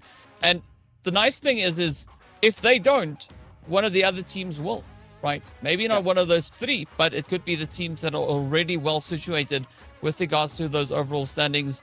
And as you've said, right, if the teams just come to the realization that they still have the option to make a big impact on these standings, this would be exactly that point for them to try and do it. So I'm excited to see what Miramar is going to bring on through and whether or not the teams are going to try and just lock it in, right? Just let it all loose and just go out there and have an amazing, amazing game. But we want to see a little bit of fun as well, right? So the opportunity is there. And I think the big question is going to be who will be all the hot droppers coming into this match as we are going to be stepping onto the battlefield, of course, starting us off on that southern side, coming in from just south of Los Leones and heading all the way up almost into Trailer Park. Absolutely. You were talking about the opportunity. The capitalization has to be there. Whoever wants to grab this opportunity. But moving onwards, it's the Miramar map. And where are the circles going to go? That's the biggest question. We're not going to talk about drop clashes. We're not going to talk about the flight path, DK. You and me, we both know that the circle on the map of Miramar, not anywhere else, but only in Lidoma is Showdown Season 4 because I'm doing other tournaments side by side. But the Miramar circles are always going towards Monte de Ivo, Lost Leon's water treatment, but I don't know. There's something wrong with the circles in Ladoma Asia Showdown Season 4. Every other circle is a water circle. Or if it does not go towards the water side, it will go towards the sand dunes. Yeah, that's a very interesting one. We'll find out, what these players will have to work with. We've not really seen anything pull over on towards the western side. Not yet. So this could be that big decisive opportunity for the zone to give us a little bit of a something different. In the meantime, we are going to be looking over into Picado. It is going to be vampires. The zone went north. It's like they heard us. And they said, you know what? It's fine. Okay. We'll go away from the water. We'll give the teams a bit of a chance. But that opportunity is going to be a hard-earned one, as we know, right? Picado is going to be hot and heated with 2 squads already duking it out. Vampires looking to get the jump. They are swinging right into the side of the bandits. And so far, it does seem to be leaning quite heavily in favor of the vampires themselves. I mean, it does, but talking about the early on drop fights, it's RRQ versus Vampires. 2 elimination points. The name, as you mentioned, that it's looking good for Team Vampires. And if they manage to get one more knockout, things will look quite difficult for Bandits to clutch. But Kanto is knocked out. They gotta revive him. They gotta be on the 4-man force once again. I think he's getting revived. Yeah, he is. He did get the revival. So now we're back in a 2v4 situation where Bandit Puzzle is so close to Team Viper's knockout. Maybe he's trying to wrap around. Vampire Sports focus on the loot. They can't fall back. Try and get the loot maximized from that casino area or the main building. Casino is not here. It's Puzzle who is playing in casino. But is he gonna try and clutch the situation? Bandit. I mean, whenever there's a team who's in the bottom spot who tries to fight with the top spot team, it's more of a difficulty for the top team to win that fight because the pressure is going to be on the top team. The bottom team is going to be like, we already have nothing. We have nothing to lose and everything to gain. We can just go all in, do a miracle. Even if we knock one down, we are going to eliminate him. But Vampire, I think it's time that they have decided to charge in. Yeah, I mean, you said it before, right? Vampire really capable of defending their positions, and we have seen a little bit of that earlier in the day. Yeah. But now, how will they look to capitalize on it this time around, right? Are they going to full send it? It is going to be a bit of a pressure play onto Puzzle. Oh, Mula, Zane, both getting picked up. This could be the turnaround. But fortunately for them, they are still capable of getting that security in. Now, the rest of Bandit, this is their opportunity to strike. Yes, there's only one left, but one player can still play, or rather bring quite a bit of carnage into a situation like this. We saw Lord doing that, but wait a second. No room for breathing. Venice got eliminated. Every player decided to charge. And Lazarus, look at the HP of Lazarus. He was about to get smoked by the last man standing, but instead decided to cook. Here comes another fight. It's A6 versus Boom M. In fact, entire Boom squad is here. Bonbit is spotted by Casanova. The position of Casanova is so good. The revival cannot happen. But you gotta watch out. Bonbit can take you down. If they knock out Casanova, only then they can try and go back for a revival. Otherwise, it's not looking good for Boomy Sports. Team A6 side, they have every possible advantage. Yeah, they definitely do. Can they capitalize on it, though? That is going to be the big question. So up comes Who and the rest of the team now as they look to rush on forward. Beautiful bit of Overwatch being played out there as well. But Boom now feeling all the heat. So the rush is on Who. Getting taken down. Baby losing quite a bit of HP. But unfortunately, or rather fortunately, not getting taken down. That is Boom Esports out of here. Yeah, they pulled it off. Amazing by Casanova. Seems like the Pakistani teams are here for this show because in every other match we see someone clutching it off. It's not this time. It's Casanova with a 1v4 in Team Booming Sports. I mean, previously it was Lord from Vireprex KO, and now it's Casanova. And this camel ride. Oh, okay. This is beautiful. Beautiful to watch. Yeah. That's the 4x4. That's the 4x4 of Miramar. Yes. The off-road, right? Yeah. If you take the horsepower. One horsepower. Or maybe one camel power. Yes. So one camel is at least 2, maybe 3 horsepower, right? Probably. Definitely. Yeah. And it's got a larger tank, right? So you can go a little bit further. Oh yes. You see, You know, that's there's where the extra the spec. great feature. The great feature Mm, is the 4x4 capability. Like yeah, it cannot get stuck in the sand dunes or wherever you go. You will not get stuck. yeah. That's the best thing. Big, and it's usually a bit of a problem, right? Because normally you have to kind of like deflate your tires a little bit so that you don't sink too much into the sand, right? So you got that wide spread, and of course with that 4x4, there's no need. You can just get in and go, pick a spot, and you will be able to get there just about. So, yeah, a nice little bit of an upgrade there coming through with regards to the vehicles. It's a little bit more of a. Do you think that's a naturally aspirated vehicle, or do you think there's a turbo in there? I think it's a naturally aspirated. Mm, It would have been a turbo if they had upgrade. They had the upgrades done on him. yeah. It's not even a level 1 upgraded vehicle. It's just what do we call it? Factory. Yeah. What's the word? What's Yeah, the right factory word for default. a vehicle? Yeah, factory default. We can say yeah, factory Yeah. default. There's no upgrade. But then what would a camel look like with the turbo on, right? That's the big question. That's the thing that I'm trying to figure out. Like, is that Yes. even a feasible thing, right? Where would you put the turbo? It's a difficult one to figure out. The monster truck, it's easy because it makes sense. There's even a cutout on the hood for where the intake would have to be. But a camel, yeah, I'm not quite sure exactly how that one is going to play out. Who can definitely capitalize on a bit of that 4x4 action, of course, is going to be Glue Squad and the players from Champions Esports, right? Both squads out in the blue. They need to get their butts back in towards that zone. I'm curious as to whether or not they'll be able to do that soon.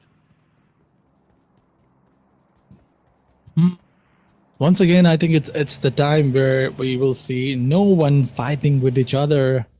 I mean, that's the second last match of the day, so teams will try to stay away from all the harm, all the possible contention. But wait a second, though the gaming will find someone right in front of them, and they will decide to fall back. It was Talon Sports that they found rotating, and now they're like, oh, wait a second, we don't want to go there. We need to stay alive. We are on the 8th spot. We need to check in there, not some elimination points. But Circle is closing in. It's stage 2 that we're going to talk about. Is there going to be any hard shift? I want to have a look in the circle. The management is requested to, the production is requested to show us the circle. If they are listening us, can they show us the circle? Because I want to see that how far away this team is. Okay, there you go. Thank you so much, production. The circle is going towards Creator Field. And Team C1, they have a long way to go. Vampire, they've decided to charge in from the southwestern side of the circle. So probably the point of contention is the position where Team Next 3 Esports is. Yeah. Yeah, that's going to be the bottleneck, at least coming through from that southern side of zone. So Talon could step up to that. Turca could come in. Vampires could come in there. There's several approaches the teams could look to take. Moving in here, I want to see if the camel can make it up to here where Optimus is right now. That'd be hilarious. Oh, Maybe. a I camel don't think climbing so. a mountain like this. That would be amazing. I mean, it's already impressive to see a supercar up there. It's like, it's not something that would happen in real life. But hey, here we go though. It is going to be Void Donkey and Bigatron by Vitality playing for the king of the castle. Who has the highest position to fight off of?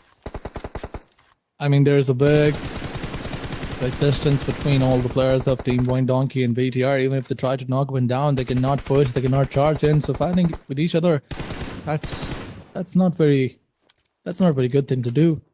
Because even if you take down the players, you cannot push in. But BTR, without taking down the players, they have decided to push forward. BTR doing BTR things. Giger trying to move from a different angle, and the cover fire was quite there. Kent decided to charge in, and look at Razy Block. He's getting damage from different sides, but he will still find the player, take him down, and eliminate him. This is classical by BTR. No one else could have clutched this. No one else could have pulled this off. It's just BTR who decided to do BTR things. The risk they took, that was crazy. It's always a always a tough one to see the teams trying to make these crazy plays. But hey, Bigatron by Vitality, they have one elimination up. Can they find even more? Sem9 now going to be knocking on the door here. A good spread here. Bigatron by Vitality, just making sure that they have the overwatch, right? They've got the position and that they can show us just the amazing scenery from this map. But now, what is Sim9 going to be looking to do here? Will they look to contest? Will they look to play the upset? Or are they just going to let that one slide? Speaking about sliding, we're heading right over here to C1 Champions Esports. Here they come, going toe-to-toe with Halal Axatron, 90 degrees, coming through with that nice bit of Overwatch, applying the reach. Now, Atomic on the front line, looking to bounce back. But how will Halal Axatron respond to this? Will we see 90 degree come in clutch? Well, not if Champion Esports has anything to say about it. Absolutely, Halal Exitron trying to go all in this fight with some beautiful grenades, but Champion, they have one elimination point confirmed. It's a 3v4 situation already. A beautiful grenade is going to go. And if they manage to take one player down, it will be a full send by Champion Esports. The grenade is going to give a lot of damage to Hitman. Hitman, you're going to watch out. You're surrounded from different sides. If you get out of the compound, there will be Balja getting the job done. The wraparound is there, man advantage is there, everything is in the favor of Team C1. But if they make a mistake and the capitalization comes in from HLE's side, I'm not gonna forgive this team. C1, let's see how quickly they end this fight. Balja is coming in. They've decided to recall all the players, and now it's a full send. Well, here we go. It is showtime. Halal Axatron Hitman trying to hold up their side of the engagement. They do find a beautiful opener onto Kino. Atomic now looking to come in clutch. Matt Gat getting dropped right down. Two players there from Halal still in the fight. Not going to be backing down just yet. Quick little bit of a restrat there, but Hitman gets found and down they go. Halal Axatron getting swept away. Champions Esport getting the squad wipe, but it is going to be short-lived. As ASI8 steal the play, and with that, get the entirety of Champions taken down. 8 eliminations already up. And all 4 by who? It was just one player who came in for the third party. That was a 1v4 in a third party situation. The rest of AI, they were like, oh, what happened? Where is the whole team? Where is C1? And who is like, I got all 4 kills. I'm the happiest player. 2 players having 8 elimination numbers, both on 2 different teams, and getting a 4v4. I mean, a 1v4. That is amazing. That is brilliant. Only ASI could have done it, and they did it beautifully. And look at their players. They're on the 4th spot now. They need more elimination points like this, and they are trying to do it because this time they found Skyforce roaming around so close to them.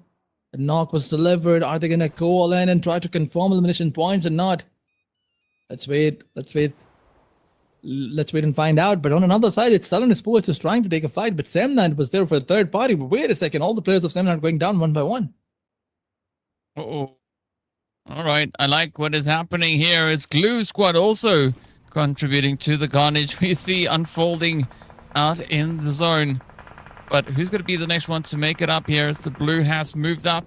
Sem9 now down to a solo. It's not going to be an easy one to bounce back from the blue. Meanwhile, RRQ focusing their efforts up onto Nexury, taking a whole different position in the zone here. Vampire just behind them, so whatever they do, they have to be really quick about it because Vampire could definitely get drawn into the engagement and look to bring in a little bit of their own heat here. Skyforce also out on the edge. You can see not a single elimination has been found by them so far. But will they maybe come through with a bit of a third-party play onto the angle here? Let's wait and find out. It's Nipix Sports. Not Nipix, Nexi Sports. That's another team from the same region, Nipix. But Nexury trying to stay alive. Apex G and Demo OG. Not from the same country, but the same region. One is from Mongolia, the other is from Nepal. But there's this first fight of Nexi Sports coming up against an entire squad. RRQ. I mean, look at the way Team RRQ is playing this match. They did not manage to get good numbers in the previous matches. Now they're playing super passive. That's super duper passive gameplay coming in from RRQ's side. We never thought that we will see RRQ playing like this. But G trying to show off some crazy crossbow plays. The crossbow was there, but the connection was not there. Once again, RRQ, they're thinking that who's that one player who's trying to throw some darts or something else on us. It's definitely Team Nexury, but the connection, that is going to be a difficult thing. In the meantime, it's Talon Sports who will lose their player and Sam9 getting eliminated. That's an opportunity for BTR and Vampire to close in. Well, let's see who's going to come in clutch here. Talon, Axel, that's not a comfortable spot to be in. The blue zone is going to really start ramping up that damage. But Bigatron bar Vitality. Still looking to capitalize on the high ground. Holding nice and steady, just looking down, looking to see if there's anything to find. And currently, all this here smoke. Can't really see the exact position here, but Axel, this is where it proves quite challenging, right? Because there is no way out. It's either take the quick ticket into the blue, go back to the lobby, or run forward, give that point over to Bigatron, and either way, still end up in the lobby. Absolutely, Axel, the last man standing outside the zone. BTR trying to capitalize. He's going to lose himself to the zone. That's one point that Team BTR wants to have in their backpack, but he's not going to allow them. He's trying to do the heal battle. But now, as he peeks, I mean, you can do nothing. You don't have kits available. You don't have a vehicle. You have nothing. Oh, not looking good for Team Talon Esports. We were thinking, I mean, we hoped that Team Talon Esports get their fair share on the points table in terms of getting points, in terms of getting elimination numbers. But Talon Esports, something is going very wrong with Team Talon Esports. They gotta work on the placement points. They gotta stay alive. I mean, that's how Team RQ is playing now. One bad game and they are going super passive. That's something that Team Talon Esports can also do. Well, let's see if anything is going to happen for the rest of the teams. As we patiently await the zone to close up, right? We are about to hit that zone closure for stage 5. And now RRQ, as you said, right? Shifting gears, going for a lot more of a passive approach, which is a little bit different. But hey, you know, a change is sometimes as good as a holiday. I'm not quite sure if game number 5 is a good time to start taking holidays, but hey, let's go for it. Void Donkey now just going to be awaiting the players here from the Glue Squad to make their entry into zone. Todak also stepping up, so this could be a beautiful 3-way engagement. But Void Donkey needs to be careful as Todak has already started the fight. The shot starting to connect them through. Kenny locking in the first one. Razak now capitalizing on a quick cheeky trade as Noel rushes forward. Glue Squad now trying to peel off in all directions, but Void Donkey ready to receive them. Sticky coming in hot, just sneaking in a beautiful offside approach. And this could still be an opportunity for Glue Squad to try and turn this whole situation on its head. Void Donkey only managing 1 elimination so far. And now Zeta has to face it all as Todak comes rushing in onto the compound. And it is now 2 solos standing between them, but BTR coming up as well. And it is fight after fight continuing to just rain down carnage. Absolutely. Todak Gaming once again coming up against Void Donkey. That's BTR on top of that hill who will try to spray down every player or every team that they see. But Zeta, I think, is the last man standing. Responsibility is quite there, but the elimination numbers are not. Zeta will be dealt by TDK in a few seconds, but you gotta watch out. There's one team on top of that hill that's gonna bring chaos to everyone. But look at this, excited. 8 elimination numbers to the name, looking confident enough. And if they get 2 to 3 more points, things are not gonna look good for Team Vampire and even for BTR. We saw this team getting 18 elimination points second in previously, and definitely it was on the map of Miramar. But here comes the push, here comes the charge. A Molotov to slow down things, but they have different avenues to go from. But Zeta, the entire focus of this player is to confirm elimination points. Down the go, the first player is knocked out. And is he gonna try and confirm the elimination number? Yeah, he is gonna do that. How did you allow him? That's the big question. TDK, they're playing so loose. And look at this. One more beautiful grenade. Although it will not find anyone. But Wine Donkey Z are creating a lot of trouble for these 4 players that are down to 3. Well, it is looking pretty tough here. But of course, the teams, they know exactly what is coming their way, as they need to try and do everything available to them. Now, Zeta, I don't know how many nades they can squeeze in their bag, but it seems like the answer is all of them, as quite a lot has already been exchanged here, and there's still 4 more to go. Now, Zeta has to lock it in, trying frantically to get the position over to the players there from Turca, but a great opportunity to try and get just out of that situation, as BTR is going to be looking to tighten up the angles here as well. Talk about a tough spot to be in. Kenny with an effortless nade is going to seal the fate there for Void Donkey. But now, Turca, they need to be really quick about it, because BTR is waiting in the wing, and they are just getting so ready to push on forward. Already 5 eliminations to their name, and there could still be a few more up for grabs. But it's going to be a fight between ASI8 and Bigatron by Vitality to see who will be the one to get the wipe in on Turca, because both squads are looking to play the setup here. Absolutely, BTR. They've decided to charge in. They have the shotgun in his hand. Optimus trying to lead the way for his team. But obviously, the heavy utility play is going to come in. And on the back of it, it's going to be A6 is going to join. And they did join. They took down 2 players. And look at A6. Casanova is not stopping whatsoever. And down they go. 2 players are knocked out. And it's the time for Team TDK to do a third party. Bumblebee coming in with the grenade. He's trying to buzz, but he also took down in the process. Wow.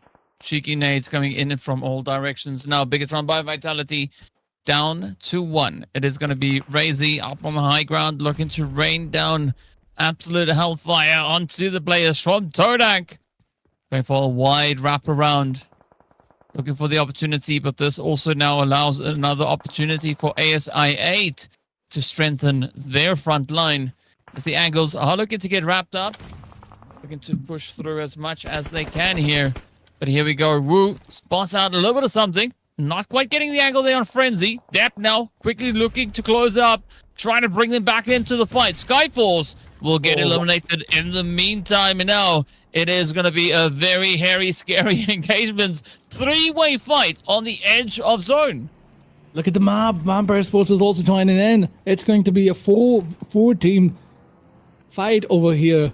It's going to bring absolute chaos. Vampire Sports also trying to do a third or maybe a 4th party, but Team A6 they've decided to charge in. Now that they can hear so many gunshots and the players getting knocked out, they don't want to miss out the action. But here comes another team, Vampire Sports, trying to settle down.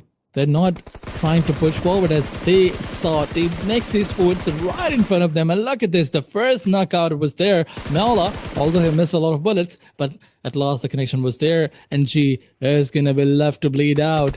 Vampire Sports, will they try to charge in? Although A6 side, they have their eyes everywhere. They're not letting Team Nexus Sports to come close.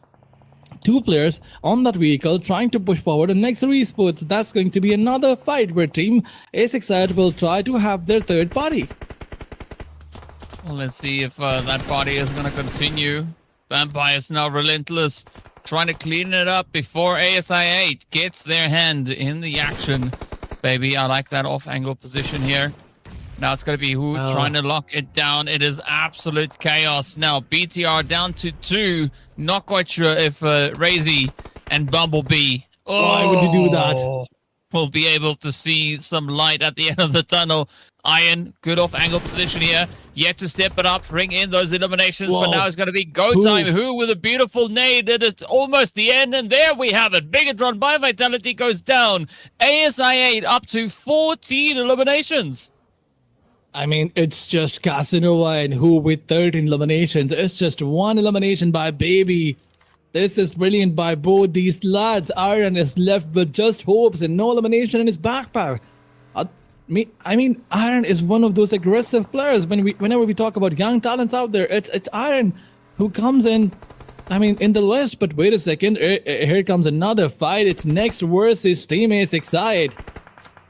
And Baby will find one. He will definitely get the elimination point. Next Sports will find the crosshairs on Team Vampire Sports, but that's a mistake. Apex will find himself in a sticky situation. On one side, it's Iron, and another, it's Who, and Who will take down another player's 7th elimination point. It's a race of Who and Casanova.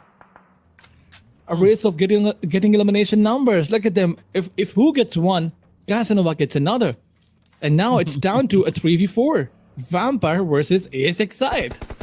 I mean, talk about a shared responsibility coming through here from them. They're just like, one for you, one for me. One for you, one for me. One for you, one for me. Who will remain as they could potentially hit 19 eliminations, one away from hitting a 30 bomb. That is the closest we might come to seeing that happen, at least here in game number 5, the second to last day. ASI8 looking absolutely amazing right now. Centaur, Mula on the front line. Casanova is going to be looking for that off angle. Will they be able to find it though? Because I mean, ASI8, they have a phenomenal read on the position here. Absolutely, they have the map control, but wait a second, Mula will find Who as he tried to overcommit. That's a mistake. One more such mistake and it will be over. ASI8, they cannot overcommit. They're trying to make sure that Team Vampire does not get out of these compounds, and Vampire will feel the suffocation. And look at the angle of Baby. That's the important angle. No time for reset, no space, nothing. Vampire will just try and get out once the zone try to close in. ASXide, they have the zone, they have the elevation, they have the position. Vampire can do one thing. They can lose everyone to the zone, but they will try to clutch in. They will try to charge, and Casanova needs to find a place. And now he's trying to move inside the zone, and this is the boulder from where he's going to play. Vampire, they're trying to deploy the smokes. The virtual cover is there. Are they going to try and take down ASXide? Is it going to happen or not? Let's wait and find out. But what an amazing player that we see coming through here from ASI.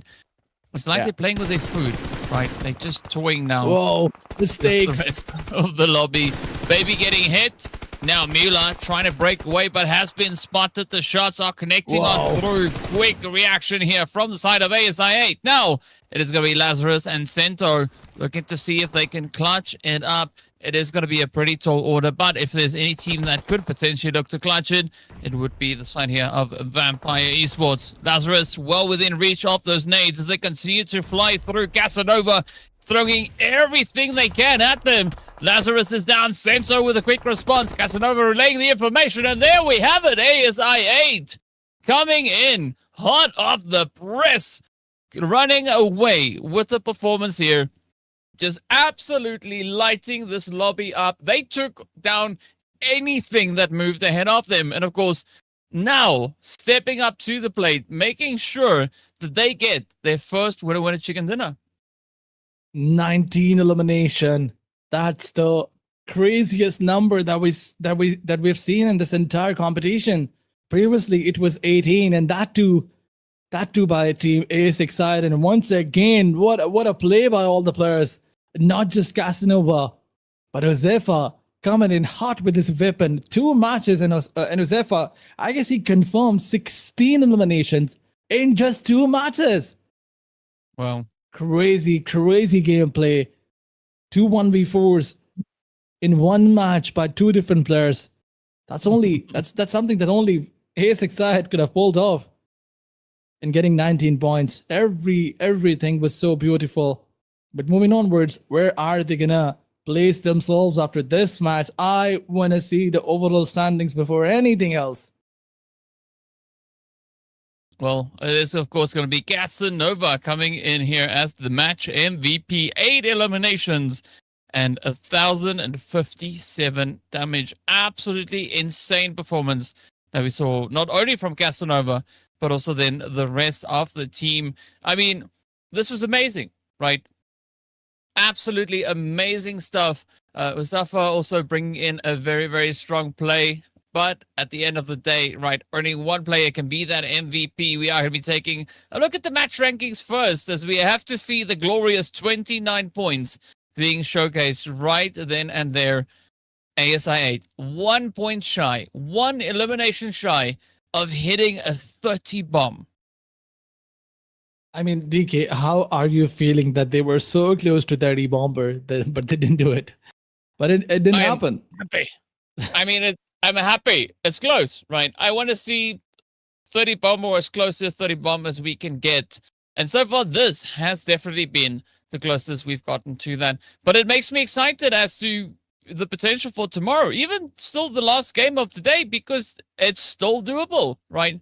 One of these teams could maybe decide to go like, hey, let's go show off a little bit. Let's go get Wow.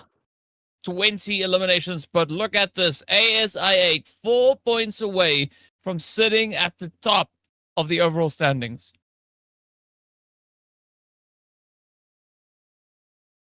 Absolutely. Ace excited. They're so close to Team Sem9. Now they are 4 points away from the first spot. Look at the elimination. 66 eliminations to the name. So close to Team Sem9. And highest elimination numbers in the points table. Then we have BTR. They're also trying to cover up. Not that far away from Team Ace Excite and Sem9. And Vampire Sports is also trying to climb in. But they need a chicken dinner if they want to breach the first spot or maybe trying to capitalize. RQ on the other side need more than a chicken dinner. Toda Gaming needs 2 chicken dinners, 2 good matches. Glue Squad.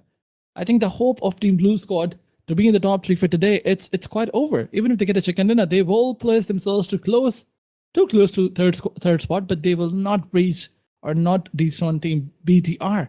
But moving onwards, if we have Champions Esports, not a good match for them, and then we have Nexury. But look at Toda Gaming placing themselves into the top 7. That's also a good thing, a good match for them.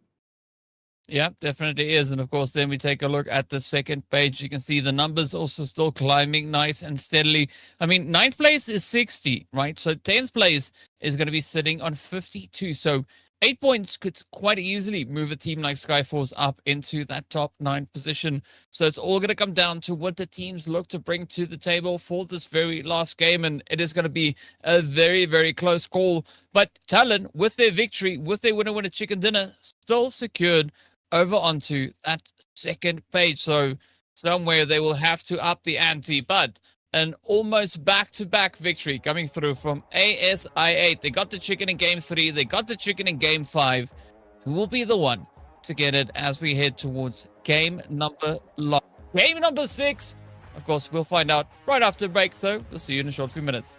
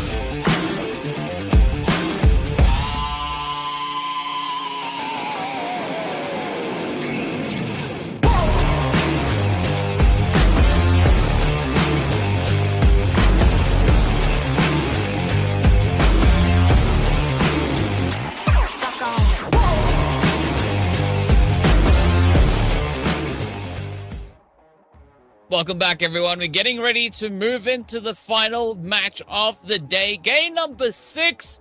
And apparently, Aladdin, you already know this, right? But so the big question is to see if, inshallah, ASI 8 will get that winner chicken dinner coming into the final match. It's good to see Aladdin smiling that much. He looks very, very happy. Let's see if we can make the players from ASI 8 happy as well. I mean, what a beautiful strategy that was coming through from them, right? Just going absolutely crazy. 19 elimination winner chicken dinner. That is the hottest chicken that we've had to date, right? Yeah. Not only just in the last chance, or not only in the grand finals, but the entirety of this event, right? That has been the craziest play that we've seen so far. And what a good wake-up statement that was coming through from ASI. They're like, you know what? Let's just go ham. Let's go crazy. Let's bring everything that we can. Let's see how much we can upset this lobby. And they've been doing an absolutely phenomenal job so far. But it's not over until it's over. The final match for the day still has to play until we can know exactly where these teams find themselves. I mean, the difference between the domination of, or maybe a comeback from RRQ and ASIC side is that our RRQ is not consistent enough. Team ASIC side, they were super consistent. They managed to have 10, 12 points in 2-3 matches, and they were like, we're gonna throw some great matches, some bombers out there. You gotta watch out. We're coming with 19 elimination points this time, not 18. Previously, they had 18 points, and that's what we were talking about. If they can replicate that performance, and they were like, yes, we can. That was not a fluke. But talking about the next match, it's going to be played on the map of Miramar. The flight path is going to be the first thing that's going to dictate the opening story, and who's gonna get the high ground, who's going to be there for those early on drop clashes, who's going to force to scramble or crumble or whatever. Moving onwards, the flight path is going to go towards from Lautfilia to Impala. I mean, the northern side is difficult to reach, but then we don't see many teams going there. Yeah, but, you know, sometimes we're going to have a little bit of a challenge. The final match of the day can't be an easy one. It has to be a tough one. And already with a squad like the ones that we've seen just in this last game, this is exactly that opportunity for the teams to bring in all the heat and all the pressure that they can find to keep the suspense going. But, yeah, the teams, I'm so excited to see what they can bring on through, as we'll get a quick look at that very, very soon. Just also patiently awaiting that zone to come in pop. It should happen momentarily. But the big question is, of course, who will be the ones to run away with it here, right? Will we see all the potential now really being utilized and unlocked as we step into the final opportunity for the day? Well, that depends on many factors, starting from the zone. Where is the circle going to go? Okay, not a difficult shift, not a difficult terrain to play with, but yep, it's the sand dunes that we're talking about. Look at the southwestern side, completely sand dunes area. But wait a second, Vampire coming in hot, charging in. In fact, it's Bandit who decided to go for the gunfight. Not the drop fight, but the gunfight. Vampire losing 2 players, but wait a second, Kanthol will moving forward. 2 were knocked out. In fact, the third one was also down, but it does not matter. Kanthol will land the final blow, and here comes the team ace. 4 elimination points to the name, and Vampire will survive this gunfight. The worst thing in a drop clash is the gunfight, when you're unable to find a weapon. I mean, look at Kanto. He landed the final blow with this gun. Not a very comfortable one, but he did get the job done. Yeah, well, getting the job done is the first step, right? You need to start there and then see where you can take it from that point moving forward. But now Impala is going to be heavily contested. I can see still 3 squads looking to see if they can walk away with those early eliminations. But now, how's this one going to play out? Up comes the push, the jump shots are in. It is flying all over the place, and it is a Viper KO getting met with quite a bit of aggression here. Yeah, not the right weapon. If only he had some other gun, he would have taken down more players. But you know, taking down a complete four-man rush with an Uzi, not a great idea. But still, Viper KO confirming those elimination points. There's not 1 but 3 teams here.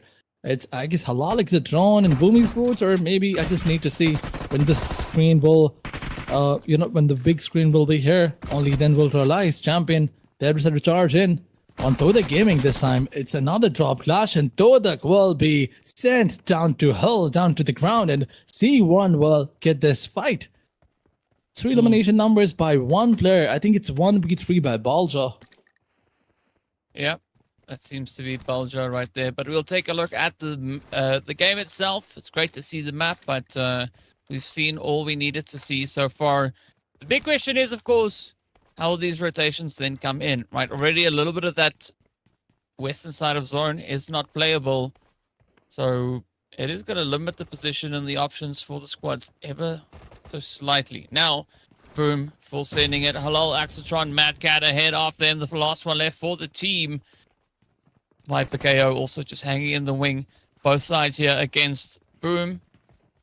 Been a little bit risky. It's been a little bit tough. Boom only with 1 elimination up. So a fair trade across the way between the teams here.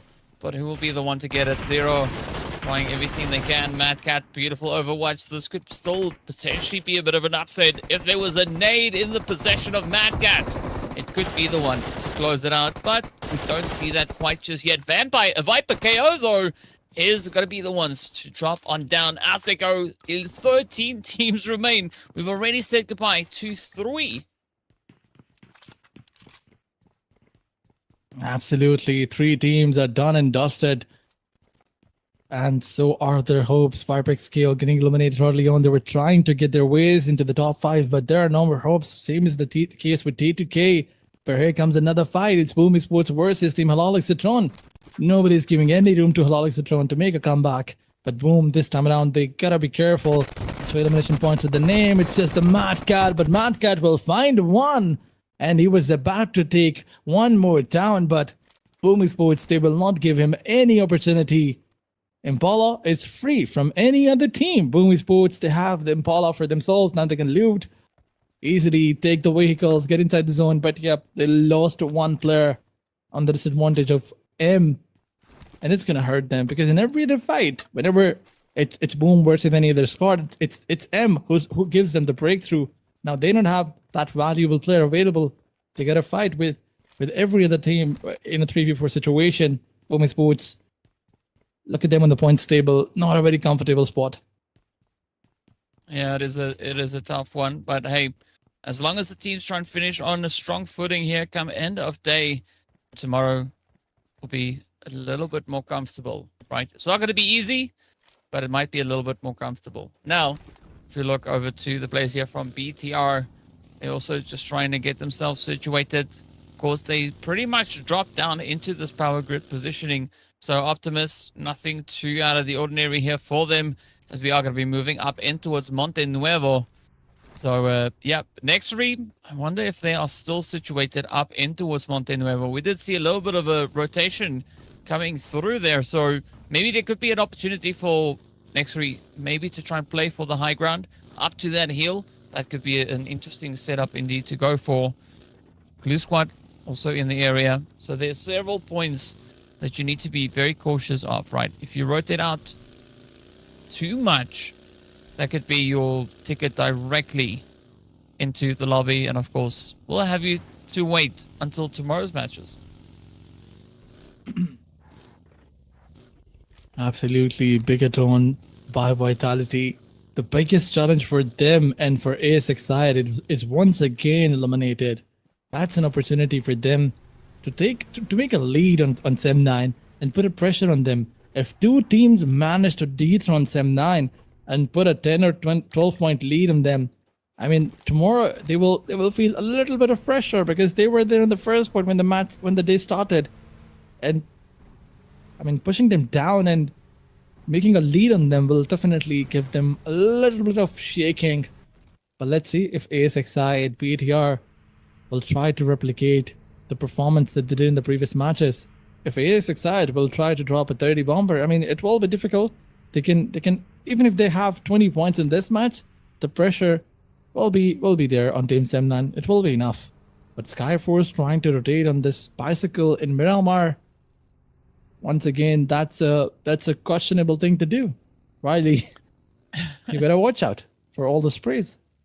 Yeah, More importantly, you got to watch out for the cactus, right? Because if you hit one with your bicycle, that is your tire popped right then and there. But yeah, it's a nice stealthy rotation to come through here from the teams. Riley definitely going to be looking to capitalize on that. But now Skyforce looking for the next spot. How are they going to get themselves situated? And of course, rotating up into Chumacera, it's always a tough approach, right? Maybe moving in, looking for an angle to get yourself into. Fortunately for them, there's not too much of contention held up in that position, at least for the time being. Meanwhile, champions, they're just exploring the hills, right? Going for a little bit of a up, a little bit of a down, and they might even spot Potato. I mean, they can, but Champion Esports already 4 elimination points to the name. This is going to be another good match for them. They're trying to get close to the 5th spot, but it's Next Esports is right in front of Team Talent Esports. Another fight, another possible condition. Next Esports, you gotta win this fight. Even if you try to stay away, make sure that you don't lose anyone in the process, because we have seen this team making mistakes, small mistakes. And I think that's what they're doing once again.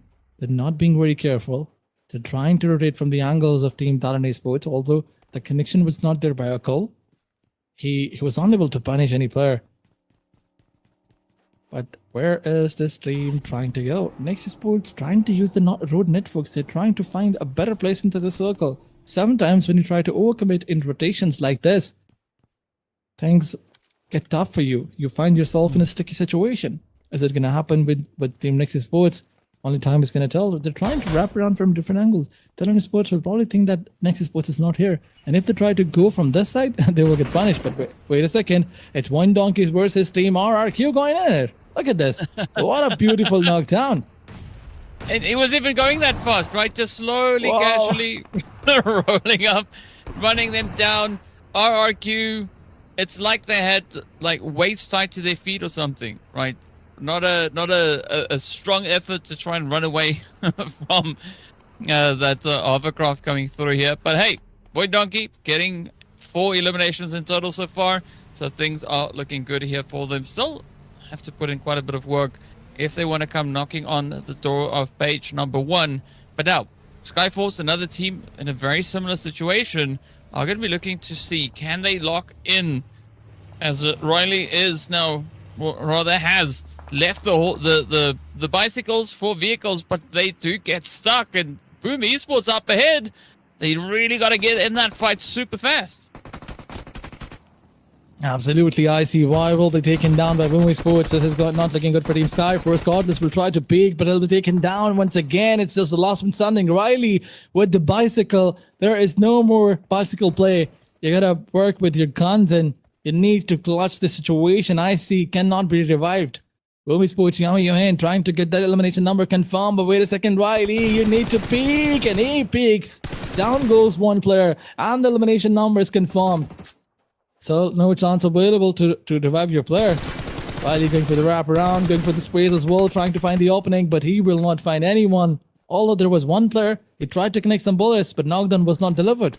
Now it's a 1v2 situation. Boom Esports versus the last man standing of Skyforce, and look at the wraparound. That is beautiful. That is beautiful by Riley.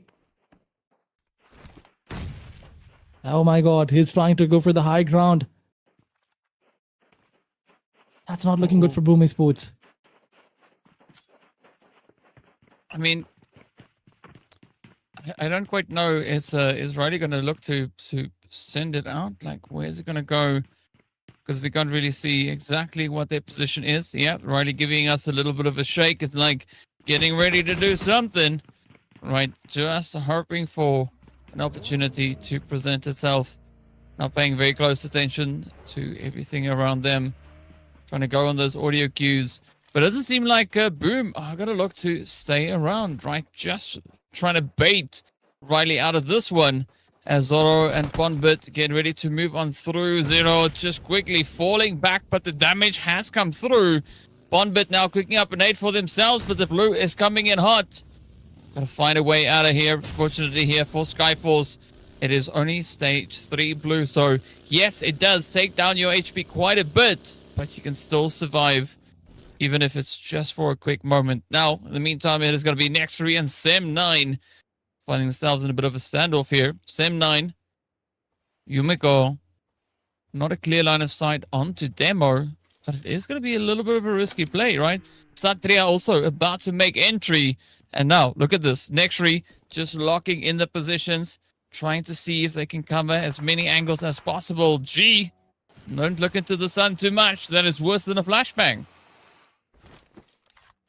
I mean, it certainly is, but Team Nextory Esports, they gotta watch out. Circle is closing in. They gotta find a perfect spot for themselves. Skyforce, in the meantime, they got eliminated by 1 Donkeys. Riley will be taken down. No more opportunities to clutch any situation. No more opportunities to get points. Skyforce, the comeback needs to be pulled, but not today. It can happen tomorrow. They're done for today's games. But then we have 1 Donkeys trying to capitalize. They have the men advantage. They won a fight. They won 2 fights, in fact. 6 elimination numbers to the name and still getting knocked out. Are they going to try and have a good elimination numbers chicken dinner? But there we have it. Nextory Esports coming up against Sem9. Sem9 getting third-partied for the first time. But they're trying to move towards a team, a complete team who is waiting for them. Nextory Esports, yep, they are getting sprayed from BTR from one side. And then I think there's another team on the eastern side of Team Nextory Esports. Yep, that is Sem9 in fact. So Nextory trying to gatekeep some Sem9 will be gatekeeped by Sem9 now. You know, it's that hunter becoming the hunted situation that we're looking at right here. Yeah. And see whether or not. Oh, yeah. Well, I don't even have to finish my sentence because Apex already answered it. The answer is, yeah, they will find BTR. So, fortunately for Nextory, there's not going to be too much pressure running down onto them as we do say goodbye to Boom Esports as well. But they will still have to reposition, right? The zone has moved a little bit further down to that southern side. Now they've got to spring into action. If they overcommit to the edge of zone, it could cost them quite a bit. And it is stage 4 blue. And you don't want to fight it. You want to get ahead of it. Absolutely. But are they going to try and get ahead of it? BTR needs to revive the teammate on the other side. Talking about Nextory Esports, they were getting gatekept by Sem9. But there's one thing about Sem9. They always try to prioritize the circle. And that's what they're doing. There's one more thing that Sem9, they're left with the last 2 players. So they need to work on that too. Losing elimination numbers. I mean, losing players in a situation where all the other teams are so close, that's not a good idea. I thought they're eliminated, but they are here with 2 players. Why didn't you correct me at that time? Never mind. Nextory Esports trying to rotate 2 elimination points at the back. A6 side, we saw them in the kill feed. They got 1 elimination points in Boom Esports and they eliminated the last one standing. Not a good game for Boom. But A6 side will also not get many points. They only got 1. Let's see what is going to be the plan of action by Sem9. They're so close to Nextory Esports. If they manage to get one of their own player knocked, things will not look good for them. And Nextory Esports, they do not care about knocking down. They are just trying to push. Probably they'll try to go all in, but then there's Vampire who will stop them from doing that. Let's see if that is going to be the play here.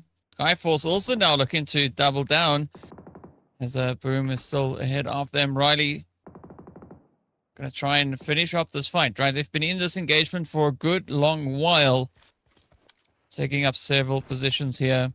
I'm surprised that it's actually been going on for this long, right? I would have thought that either Boom would have disengaged or that Riley would have found a way to escape this, but doesn't seem to be the case just yet as the teams continue to hold on here. The angles not really improving at all for either of the involved squads. You got to do something. Come on.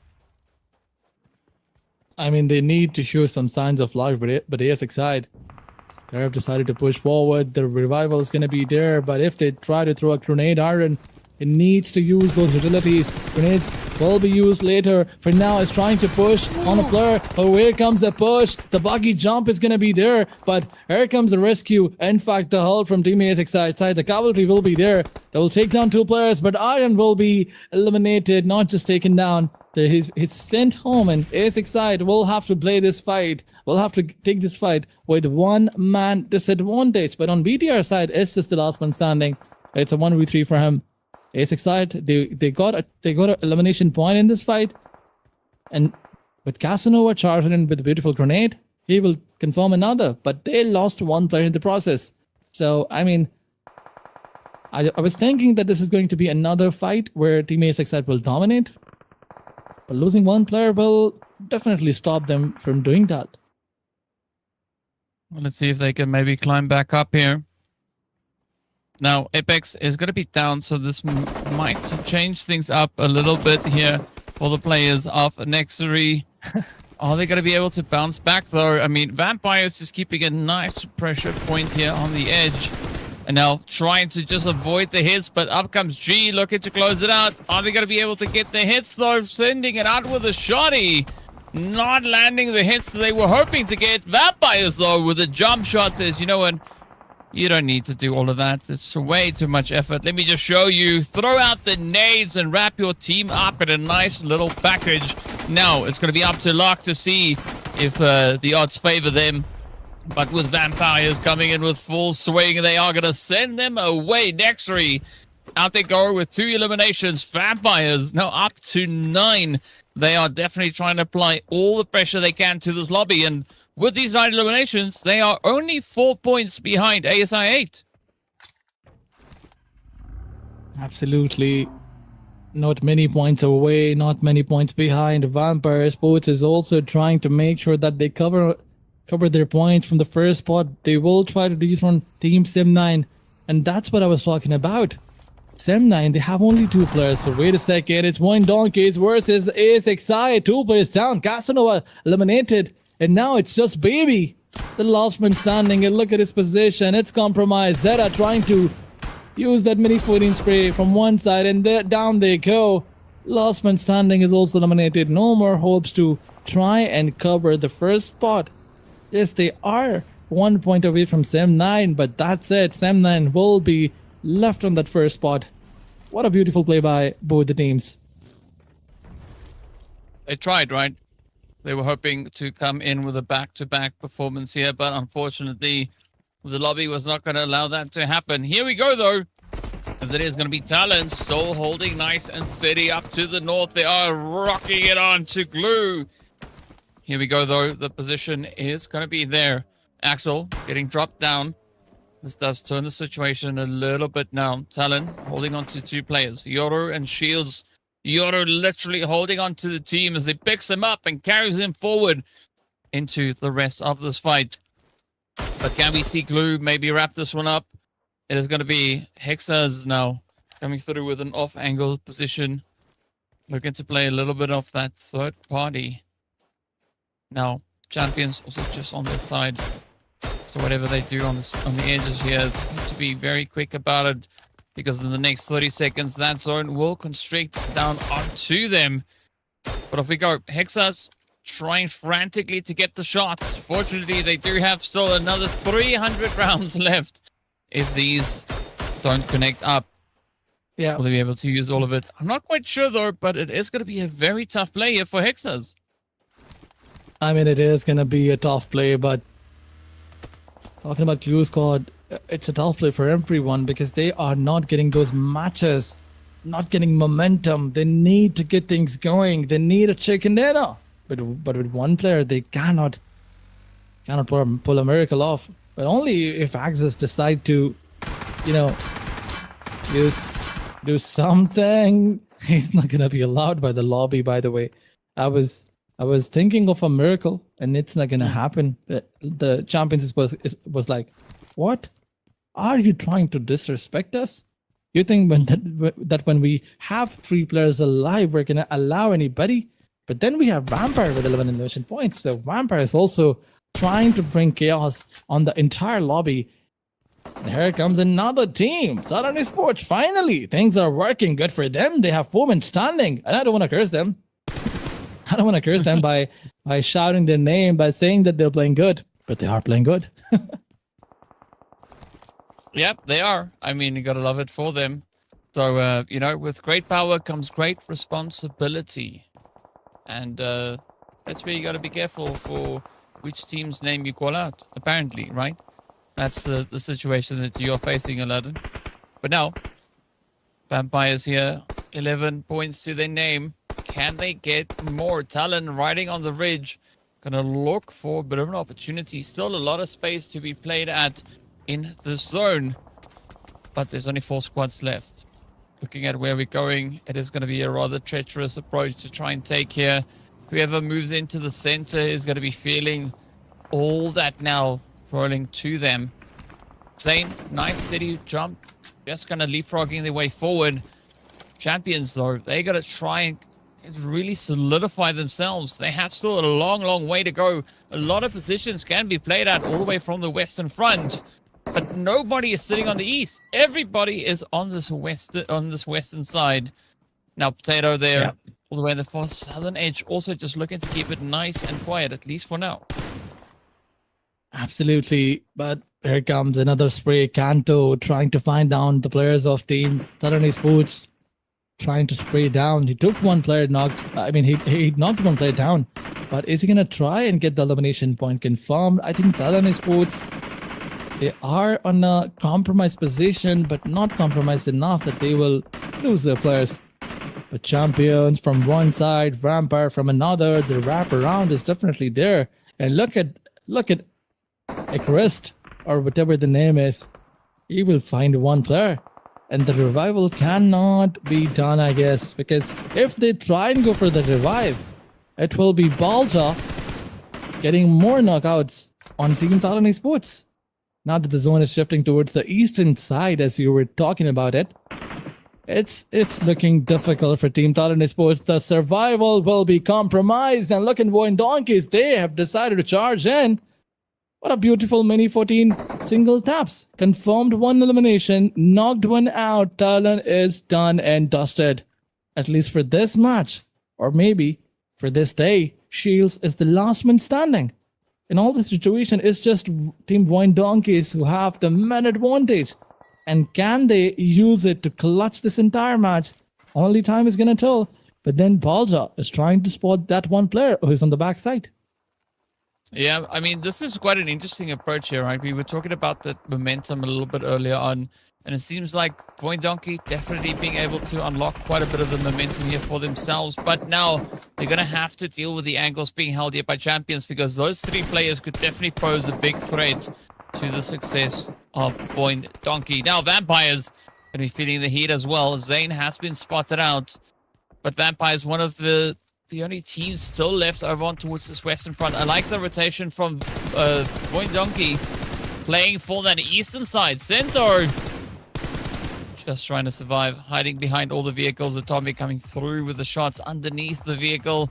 Unfortunately for Atomic, though, not making enough of a connection. But they are not satisfied with that result. Instead, they continue to push on forward, looking for that angle. Oh, that nade, so close. Finds so much damage, but not quite converting Cento into a squad wipe. Absolutely, Atomic trying to find Zeta. His position is also compromised. One Donkeys cannot afford to lose players one by one just like that. But I think he has a hard cover. It's a drop that he's taking cover of. But from one angle, he is safe. But from another, he's not safe. But that's the same angle from here where he will get knocked out and confirmed. Not a good idea going back into the circle without throwing any smokes. But wait a second, Atomic will be spotted by Pareto. Knock and finish coming in. One Donkey is jumping hot into action. 14 elimination points to the name and 8 by Gaker. That is looking good. One Donkeys, they will get a huge jump if they get more elimination points and get a chicken dinner. They cannot afford to miss on this. I mean, the circle is in their favor. They have the mid advantage that they need to get things going. Although, Potato needs to move inside the zone and he does not have a vehicle. That's going to be a tough one. He does. Yeah, all right. Okay, so not as tough now anymore, as they are able to kind of just fall back and get themselves into the positions. But here we go now. Vampire. Potato going to be looking to become one with the scenery, and instead gets put in a nice little box Pubg and the rest of champions now continuing to capitalize on the opportunity presented to them. 9 eliminations up. Sento getting met with lead. Down they go. Vampires out with 11 eliminations. And now we're down to the final 2. Champions versus Voin Donkey. Absolutely. This match was an opportunity for 3 teams to maximize their points, not just Vampire, but C1. Imagine 3 teams getting this double-digit elimination numbers. But now C1 is going for the wrap around.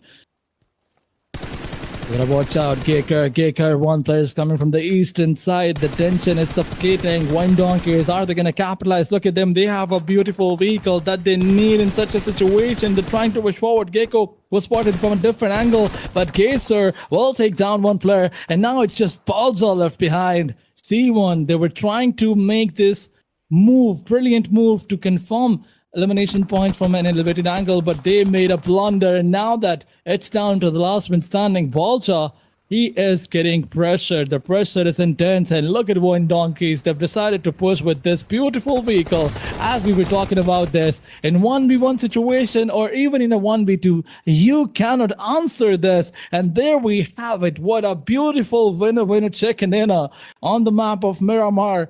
Team Wine Donkey pulled it off. That's what we were talking about from the very first match. Yeah, there we go. It only took them a little while, but they were able to come on through, getting themselves that glorious winner chicken dinner. Absolutely amazing stuff, and love this for them. And as we know, right, Voin Donkey, they were in need of a few additional points, starting the match all the way in that 12th position with 48 points. Now being able to add a decent serving of points to the overall tally is going to be quite nice here for them. But, of course, they weren't the only team to run away with points, right? We saw many aggressive squads coming into this lobby, one of which, of course, was the MVP. 9 eliminations, finding more elims than some of the teams did. I mean, brilliant gameplay, brilliant show of skills by Gazer. One player with 9 elimination, 1325 damage. That is absolute. I mean, just like you said, at a fancy wood, and that's the kind of performance that Gazer showed. He was just going all in, running through the teams. Whoever came in his way was looking into the match for 1 second, and then in the very next second they were looking towards the lobby and they were like, huh? We got eliminated. So yeah, Wine Donkeys, they just nailed it in the previous match. Absolutely brilliant. Yeah, what a way to close it off here. The final Miramar for the day. But now we step into our match rankings. It is going to be a glorious 26 points going to them. Champions and Vampires each walking away with 16 points to their name. What a run. What a way to wrap up the final match of day number 2. Absolutely. What a day by Wine Donkeys, ASXI, Champions Esports, and Vampire Sports. Even RRQ managed to make a comeback. But talking about the points table, 26 by Wine Donkeys, 16 by Champions, 16 by Vampire. All these teams were allowed to have double-digit eliminations. Even Boom Esports was quite there, but they lost their players in the process. If only they had managed to survive up against, I guess, team ASXI. It was that time when ASXI decided to charge in. Boom Esports would have had more than 10 elimination points, but it's okay. It's all right. You have tomorrow where you can try to make a comeback. But moving onwards, the points table will take a huge shift. Vampire Sports is now on the first spot. Not a big difference. Oh my god, look at this. 7-9 on 104, Vampire on 105, and ASXI is on 103. What a brilliant points table. What a competition. What a way to set yourself up for that final day of play. And, we were talking about this. We said the teams have the opportunity to do it. Voin Donkey ID with their chicken dinner puts them all the way up in 6th place, moving up those 6 positions. Champions also advancing by 3 more. And as a result, a few teams in a little bit of trouble, right? The points not quite where they want them to be, but the top 4 definitely showing a lot of dominance. You see that gap between the top 4 and 5th place.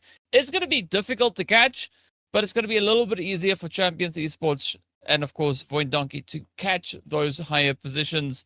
Now looking at the last page, it is going to be where we find the players from Nextry, Skyforce, as well as Boom. Boom, Skyforce, and Viper KO, though, finding themselves in a tie. All three teams coming through on 53 points apiece. Absolutely. The competition is also close here on the second page, but that's not the kind of competition that you should try to be in. I mean, it's for the second page and for 11, 12, and 13 spot. So all these teams, they needed a good match. Now that the competition is moving towards the 100 points number, they need to come in with some brilliant numbers in the first two matches. I mean, even if Boom Esports, FarpXQ, someone from the second page try to get a chicken dinner tomorrow in the first match with 15 eliminations, let's just say if we add up 25 points, they can jump into the top 6 and top 7, and then maybe they can try and finish into the top 3. I mean, top 3 is also not a bad spot, coming up against the best teams of South Asia, Central South Asia, Indonesia, Malaysia. It's not going to be that easy. We can say that it's Southeast Asian versus South Asian teams. But moving onwards, it's in fact Southeast Asian, Central South Asian, and South Asian, because we have Mongolian teams too. Moving onwards, its MVP ranking, and Azefa is here, and look at the lead. 8 elimination number difference, 8 to 9, up against his team, his opponents. But 28 eliminations, 4,437 damage. That is some brilliant stats out there. Yeah, I mean, these players definitely capitalizing on as much chaos as they can. But I think Who is definitely the one who will take the show here for the day, right? Josefa, as we saw on that Erangel earlier today, absolutely amazing gameplay. But yep, still a strong representation coming through for Vampires. They've got 2 players right here in the MVP rankings. But the big question is, of course, who will be the ones to reign supreme come tomorrow? In case you missed who got all those winner chicken dinners, here they are. It was Bandit, RRQ, ASI8 with a double serving. Then, of course, Sem9, and the final match went over straight to the side there of Void Donkey ID. So a very, very exciting day that we've had so far. Quite a few surprises coming through here. I mean, Vampire Esports now on 2 chickens, Sem9 sitting on 2 chickens, and the rest of the lobby trying to play that catch-up game. ASI8 brought a lot of heat, as we've seen here, but it's all going to come down to what tomorrow will bring. Who will be the teams managing to get a position not only onto the first page, but also well within the top 5? Absolutely. 3 teams competing for the first spot. They're so close to each other, only 1 point difference. I mean, Sem9 coming up against Team ASIC side. Although ASIC side was not here, they were so far away from the top 3 spots. They made a comeback. They came from the second page, and now they're on the first page and on top, trying to compete. Sem9, Vampire Sports. But in the last match, when Sem9 got the victory for themselves, Vampire Sports got some huge elimination numbers for themselves. They managed to be on the first spot. It's not a victory. It's not a big lead. It can be covered, but maybe it will be the turning point for Team Vampire Sports. Maybe when we will see tomorrow's matches, they will come here, they will try to charge in and try to have a huge lead on every other team. Well, there's going to be only one way for us to find out what these teams will have in store, and well, that would be to get to it, right? So be sure to join us back again tomorrow, same time, same place, even more insane PUBG Mobile action as we head into the final day of the Grand Finals right here in the Asia Showdown Season 4, brought to you by Ladoma. Be sure to head over to platform.ladoma.com to take part in the exciting events and everything that they have to offer over there. So until then, we'll see you back again tomorrow. Stay safe and bye-bye for now.